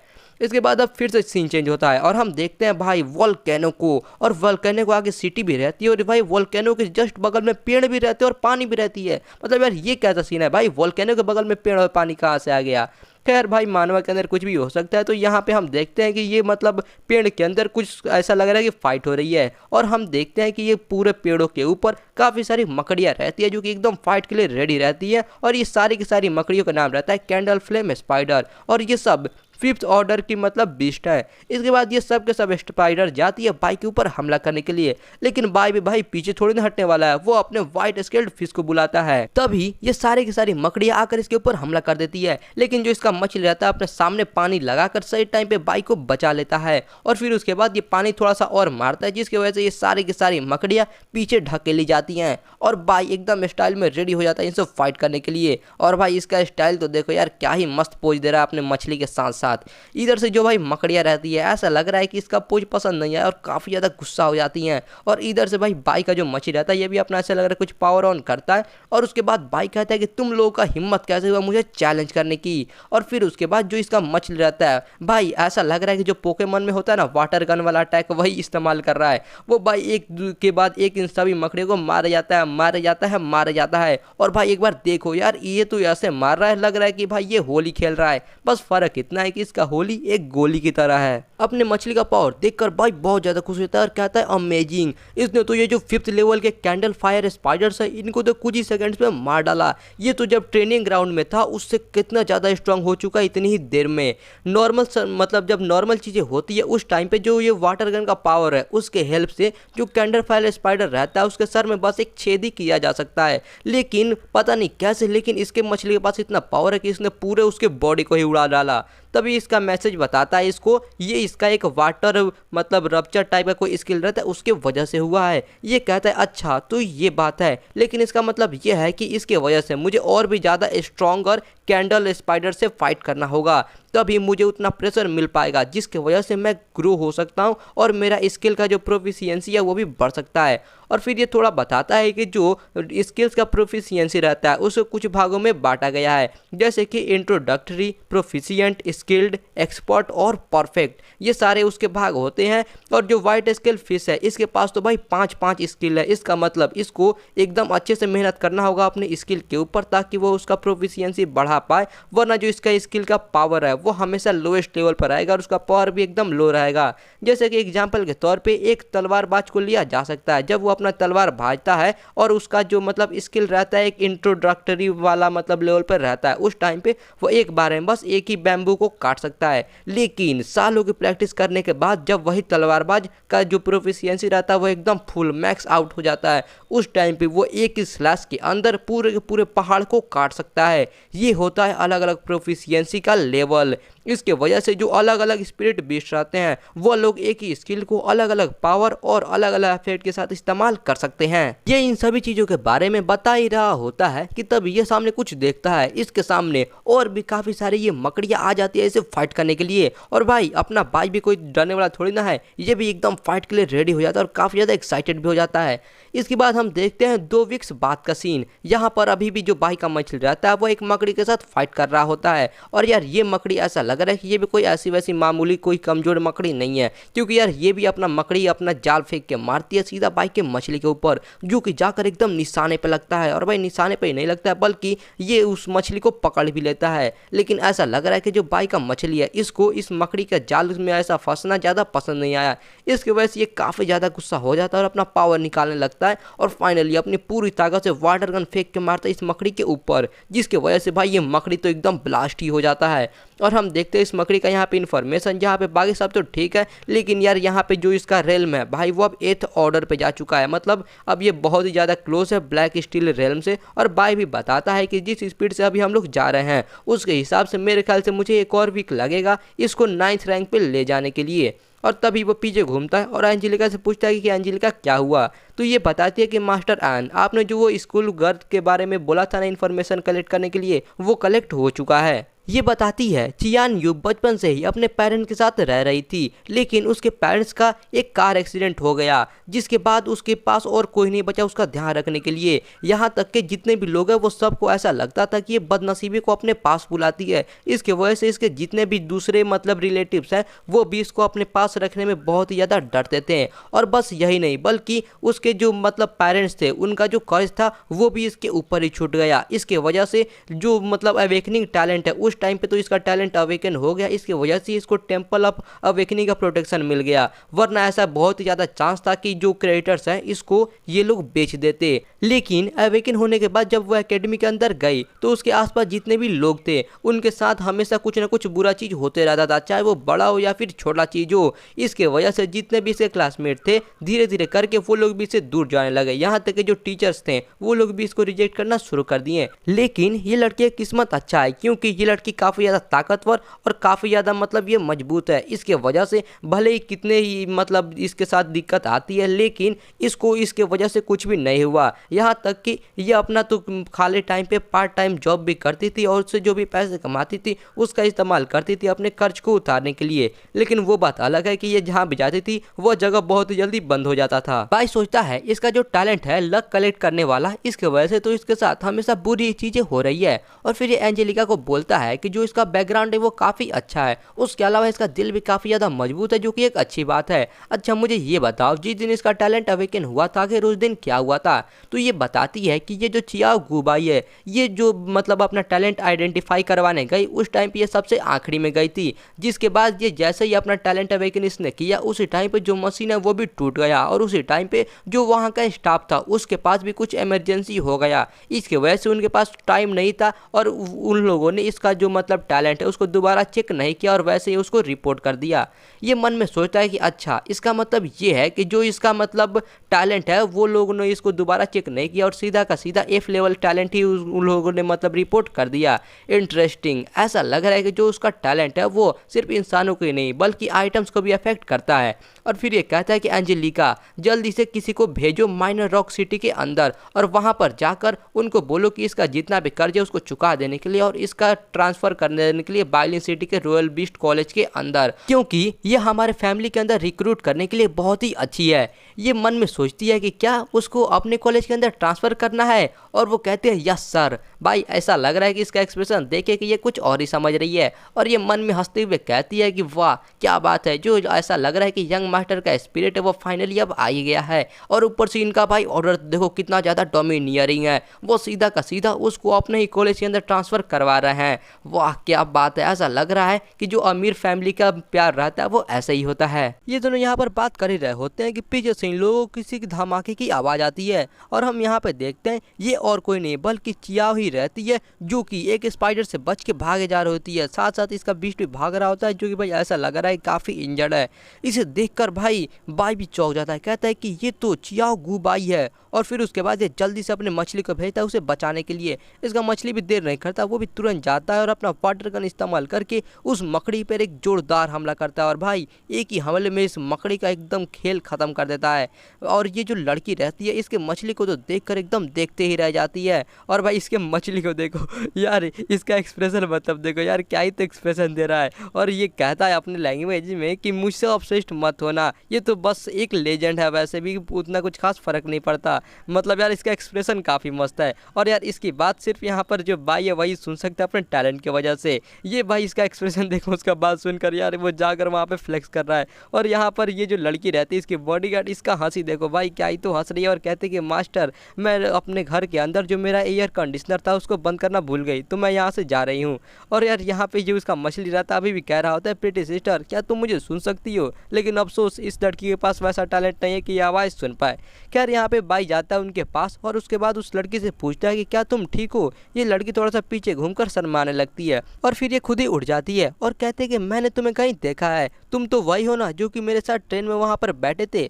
वह बताता है कि हाँ, मेरा नाम है बाई स्यावान और ये मेरा पेट है बाई लिन्यू। यार यहाँ पे हमको इसके मछली का नाम पता चला जो कि है बाई लिन्यू, तो यार इसके पास हम इसके मछली को लिन्यू कहेंगे, वरना यार मछली इतने अच्छी मछली को कहना अच्छा नहीं लग रहा है, तो हाँ इसके बाद से हम इसको लिन्यू कहेंगे। खैर इसके बाद ये लड़की बताती है मेरा नाम है चिया गुबाई, मुझे बचाने के लिए तुम्हारा बहुत ही बहुत शुक्रिया अदा। और ये मन में सोचती है कि जो इसका पेट है ये तो काफ़ी ज़्यादा ताकतवर है, इसने इस मकड़ी को तो एक बार में ही मार दिया। फिर इसके बाद ये इससे पूछता है कि तुम आखिर यहाँ पर अकेली क्या कर रही हो और तुम्हारे जो क्लासमेट्स है वो कहाँ पे है? वह थोड़ा सा डरते हुए बताती है कि हम लोग अलग हो गए हैं, हम लोग जब यहाँ पर आए थे तो उस टाइम पे हम लोग एक म्यूटेंट कैंडल फायर स्पाइडर से मिल गए थे जो कि बहुत ही ज़्यादा खतरनाक था। उसके वजह से एकदम मतलब दौड़ा दौड़ी मच गई और सब लोग इधर उधर भागने लगे और उसके वजह से ये भी वहाँ से अलग हो गई। यहाँ पर भाई सोचता है क्या एक म्यूटेंट स्पाइडर, और भाई काफ़ी ज़्यादा मतलब ये खुश हो जाता है और कहता है कि बहुत अच्छे, क्या तुम मुझे वहाँ पर लेकर जा सकती हो? उसको ऐसा हाथ पकड़ने की वजह से ये काफ़ी ज़्यादा शर्माने लगती है और चौंक भी जाती है, कहती है क्या? और फिर वो कहते हैं कि लेकिन वहाँ पर जाना तो बहुत ही ज़्यादा खतरनाक है और अगर मैं तुम्हें ले जाती हूँ, और वो मन में सोचती है कि अगर ये इसको साथ में ले जाएगी तो इसका भी नसीब खराब हो जाएगा। लेकिन भाई उसका हाथ पकड़ लेता है और कहता है कि मेरे पे भरोसा करो, जो मेरा ये वाइट स्केल्ड फिश है ये बहुत ही ज़्यादा स्ट्रांग है, चलो मैं तुम्हें दिखाता हूँ। भाई मन में सोचता है कि चिया गुबाई मुझे लेकर जाएगी वो म्यूटेंट स्पाइडर के पास, और ये तो बहुत ही अच्छी बात है क्योंकि वहाँ पर जाकर मैं अपने वाइट स्केल फिश को उस म्यूटेंट स्पाइडर के साथ ट्रेन भी कर सकता हूँ और उसी टाइम पे मैं इसके सामने अपने स्किल का भी शो ऑफ कर सकता हूँ। और उसके बाद मैं इसको दिखाऊंगा कि मैंने उस स्पाइडर को कितने मस्त तरीके से हराया है, जिसकी वजह से ये मेरे से बहुत ज़्यादा इम्प्रेस हो जाएगी और फिर उसके बाद ये मुझे पूरा अपना लॉयल्टी दे देगी। भाई इसका एक बार एक्सप्रेशन देखो यार, मतलब सच कह रहा हूँ, ये ऐसा जब एक्सप्रेशन देता है तो हीरो कम और विलन ज़्यादा लगता है। और यहाँ पर बैठ के इसको ये इसकी बॉडीगार्ड भी देख रही होती है जो ये कहती है कि अभी अभी जब यंग मास्टर ने ऐसे हंसा तो यार पता नहीं क्यों मैं थोड़ा सा कांप गई, क्या ये मेरा कोई वहम था? और फिर इसके बाद हम देखते हैं ये म्यूटेंट स्पाइडर को जो अपने गुफा में आराम से बैठा हुआ रहता है और इसके सामने भाई जो नॉर्मल स्पाइडर रहता है यार उनको तो देखो, इसके सामने भाई लग रहा है इसके बच्चे हैं, मतलब यार ये वाला स्पाइडर काफ़ी बड़ा है। बगल में यहाँ पर भाई भी बैठ के चुप कर उसको देख रहा होता है, पहले उसका हालचाल देख रहा होता है कि आखिर कैसा है, और फिर उसका वो इन्फॉर्मेशन देखता है तो पता चलता है कि ये एक म्यूटेंट कैंडल स्पाइडर है जो कि एक जूनियर ब्रोंज पर पहुँच चुका है उसका रेल्म। उसके अलावा इसके पास 2 टैलेंट है, मतलब यार दो टैलेंट, यानी कि यार काफ़ी सही है। एक तो है भाई बी लेवल का टैलेंट बॉडी ऑफ लावा और दूसरा एफ लेवल का टैलेंट जो कि है कैंडल लाइट, जो कि यार मतलब एफ लेवल वाला तो ठीक नहीं है लेकिन बी लेवल वाला काफ़ी मतलब ठीक ठाक टैलेंट है। ये सोचता है कि ये तो बहुत ही अजीब बात है क्योंकि जो लो लेवल के स्पिरिचुअल बीस्ट रहते हैं उनका म्यूटेशन होने का चांस बहुत ही ज़्यादा कम होता है, और ऊपर से इसके पास तो डुअल टैलेंट्स है, मतलब दो टैलेंट्स है। अगर ये बस एक मतलब नॉर्मल ब्रोंज लेवल का स्पिरिट है वो भी डुअल टैलेंट के साथ, तो भाई मुझे लग रहा है कि इस गुफा के अंदर इसके अलावा भी और भी बहुत सारी चीज़ें छुपे हुए हैं। इसके बाद ये अपने मछली को निकाल लेता है और कहता है फाइट स्केल फिश, चलो बाहर आ जाओ, अब हम लोग फाइट करने चलते हैं। और यहाँ पर पीछे से ये मतलब लड़की जो रहती है वह कहती है कि स्यावान यहाँ पर बस तुम इधर उधर ऐसे मतलब मत जाओ वरना तुम मतलब खतरे में पड़ सकते हो, तुम इसको अकेले नहीं संभाल सकते। ये कहता है कि तुम्हें फिक्र करने की ज़रूरत नहीं है, बस थोड़ा सा तुम पीछे हट जाओ और देखो मैं इससे कैसे फाइट करता हूँ। इसके बाद बाई लिन्यू को अपना प्लान समझाता है। वह बोलता है कि सबसे पहले तो तुम अपना वाटर गन का इस्तेमाल करके और यहाँ पे जो मामूली से स्पाइडर्स है पहले तो तुम उनको मारो। इसके बाद जब ये मकड़ी अपने जगह से हटेगा और यहाँ से वो जब जाने लगेगा तब उसके बाद तुम अपना वाटर फ्लो वाला हमला करके उनको पूरा तोड़ देना। लिन्यू कहता है ठीक है मैं समझ गया मास्टर। और भाई मैं एक बार फिर से बता दूँ, ये जो बाई का टैलेंट है उसी की वजह से ये इसका बात को समझ पा रहा है।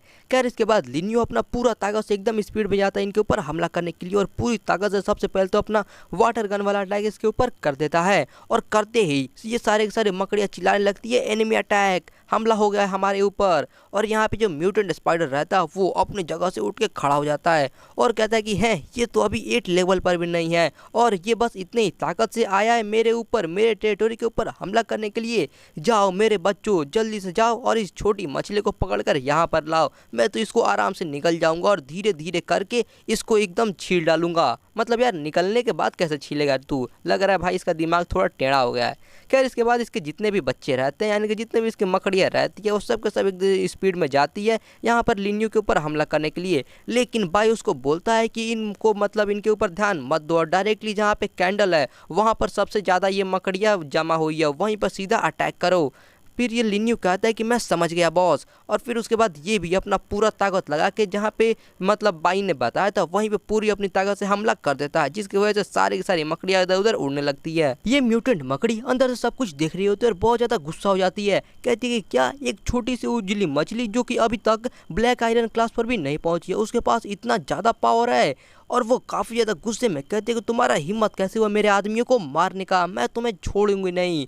और फिर उसके बाद ये अपने सारे के सारे जितने भी चेले चपाटे रहते हैं उनको वो कुछ मतलब ऑर्डर देते हैं, जिसके बाद ये सारी की सारी मकड़ियाँ अपना फायरबॉल का जो भी मतलब हमला रहता है एक साथ मारने लगते हैं यहाँ पे लिन्यू के ऊपर। ये सब देखकर लिन्यू पे थोड़ा सा डर जाता है और कहता है कि अरे नहीं। तभी भाई उसको कहता है कि जल्दी से अपना रॉयल फ्लो वाला स्किल का इस्तेमाल करो। और भाई उसके बोलते हैं ये जो मछली मतलब रहता है यानी जो लिन्यू रहता है काफ़ी स्पीड में अपना रॉयल फ्लो वाले स्किल का इस्तेमाल करके एक वाटर जेट की तरह बन जाता है और काफ़ी स्पीड में इनके सभी के हमलों से बच जाता है। और बचने के बाद तो जाकर फिर एक मकड़ी को दोबारा से मारता है अपने वाटर गन वाला स्किल से। और हमें पता चलता है कि जो इसका रॉयल फ्लो वाला स्किल है ये एक सुपर फास्ट स्पीड है। मतलब यार इसका स्पीड बहुत ज़्यादा बढ़ा देता है, उसके वजह से मतलब इसका स्पीड बहुत ही ज़्यादा बढ़ जाता है। और साथ ही साथ जो इसका मतलब कोई तो आउटर लेयर का फॉर्म कुछ भी तो होता है उसके मतलब जो है इसका परफेक्ट लेवल पे कुछ पहुंच चुका है, जो कि यार मुझे भी कुछ खास इसका ये वाला एक्सप्लेनेशन समझ में नहीं आया।